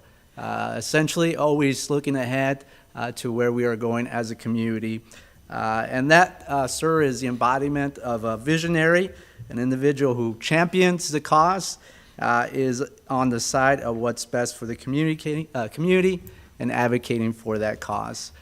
So with that, sir, we just want to highlight your service here in the community. And as a council member, which began January 2012 and carried you to today, March 2020. You also serve on the board of directors for the Southeast Arizona Economic Development Group, and you have served there since November 2011 to present. And I think we all are very proud of your distinguished award of Public Official Award of the Arizona Chapter of American Planning Association, and that was for your leadership in the CCAP project. So personally, I know you as Mr. CCAP or Mr. Quail Creek Extension Road, and rightly so. Right around the time I began to work as the Economic Development Director and the privilege of working as the ED Director for the town, the CCAP project began, and I was in awe to see a council member lead such a great effort, but really an effort that planted the flag for our community. I think that a number of good things have taken place since then, and I think a number of good things will continue to take place as a result of CCAP. Personally, I believe that the Sonoran Corridor and the selection of that Sonoran Corridor through our community was directly as a result of the efforts that you led for CCAP. So as a reminder to all of us, CCAP is a very visionary process of taking 30,000 acres east of town of Sahuarita and looking at what the future could hold for our town. We know that growth is going to come at some point for our community, and we know that growth will lead eastward. So CCAP establishes that vision and the planning boundaries for our community. But it was interesting to be part of that advisory group, and I was honored to participate in those discussions that involved representatives from the land development, state land, private sector, and involved a number of economic development officials and representatives from the state and local government. Really an embodiment of a number of stakeholders for our region in that planning process. And sir, you led that effort and you led it well. And it established a vision. I remember being part of those conversations and those meetings where you just kept saying, this has to be different. It can't just be lines that are going horizontal and parallel. It has to be road networks that embody, if you will, the natural characteristics and geographic pattern of this area. I remember you feeling very strongly about the character of this area and having this character and the built environment over time reflect our heritage in the community and of the region. So you were truly a visionary in those discussions, and I believe we're a better off community planning for the future as a result of CCAP. You certainly have been a champion for Sahuarita and connecting Sahuarita.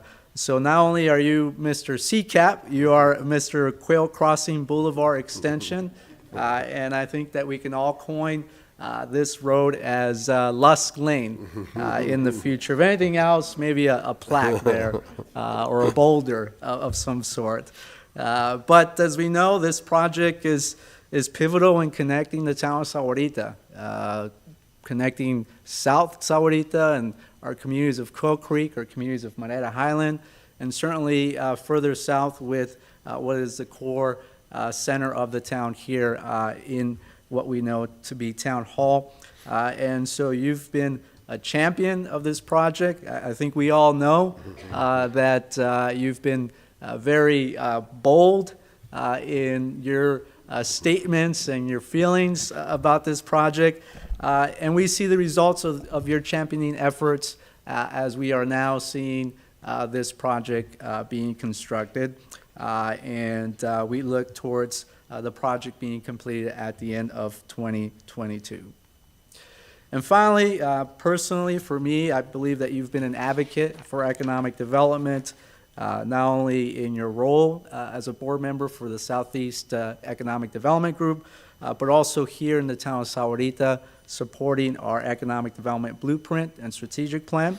And so as you and your service in the council being present for the adoption of the economic development plan, also supporting as a council member the application to the EDA for the $3 million EDA grant for the funding of Samtec. And sir, you were certainly an advocate for that project. Certainly you and your role in the council in approving the crossing at the Sahuarita Development Agreement for the crossing, but also the agreement for Northwest Hospital and that pivotal project. And you've served not only in the branding and marketing plan, but also you've served in the vision of the Sahuarita Square project. So with that, we just wanted to take a few moments to just thank you, to share and highlight the work that you've done for the community as a council member. And I'm sure a number of our council members and staff would echo some of these comments and sentiments. But at this time, I'd like to open it up with to our council members and our mayor to add any comments that they would like. Thank you. Victor, thank you. That was that was a very moving and very well done. Thank you. Thank you, sir. And now after hearing all that, now I know why you're tired and you're resigning after all that work. Holy moly.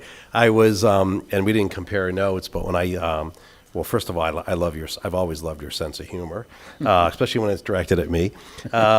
Secondly, I echo what Victor said. I always thought of you as the windshield guy, not the rear view mirror guy, that you're always looking out the windshield. And I was trying to think of sort of a movie analogy, and first I thought of Titanic, but I can't think of you like Kate Winslet on the bow of the Titanic.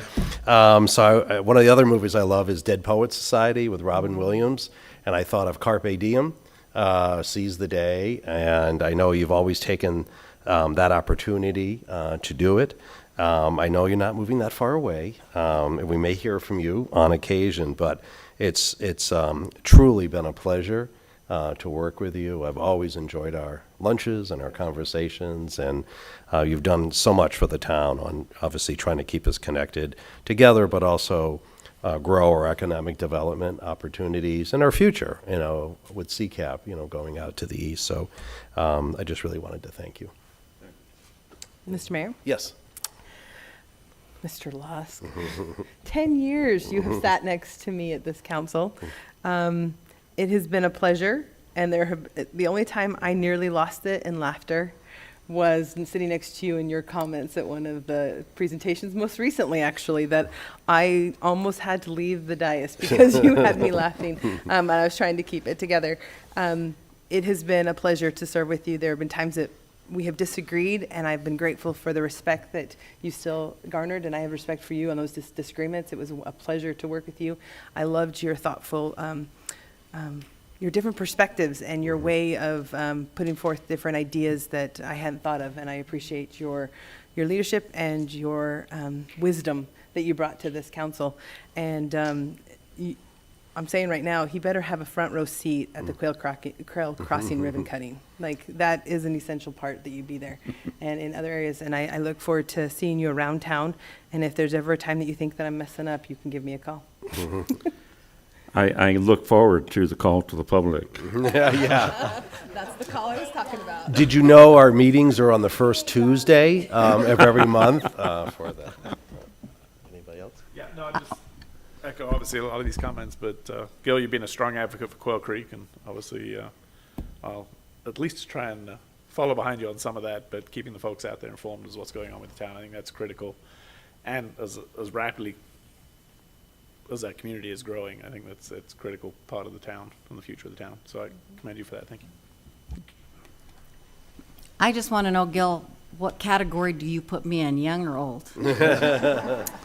I put you in a wonderful category of being right there in the middle. Safe answer. Thank you for your service. It's been a joy working next to you, and you have done a lot for this town, and a lot of people do appreciate you. And good luck. Yeah, thank Have you. fun.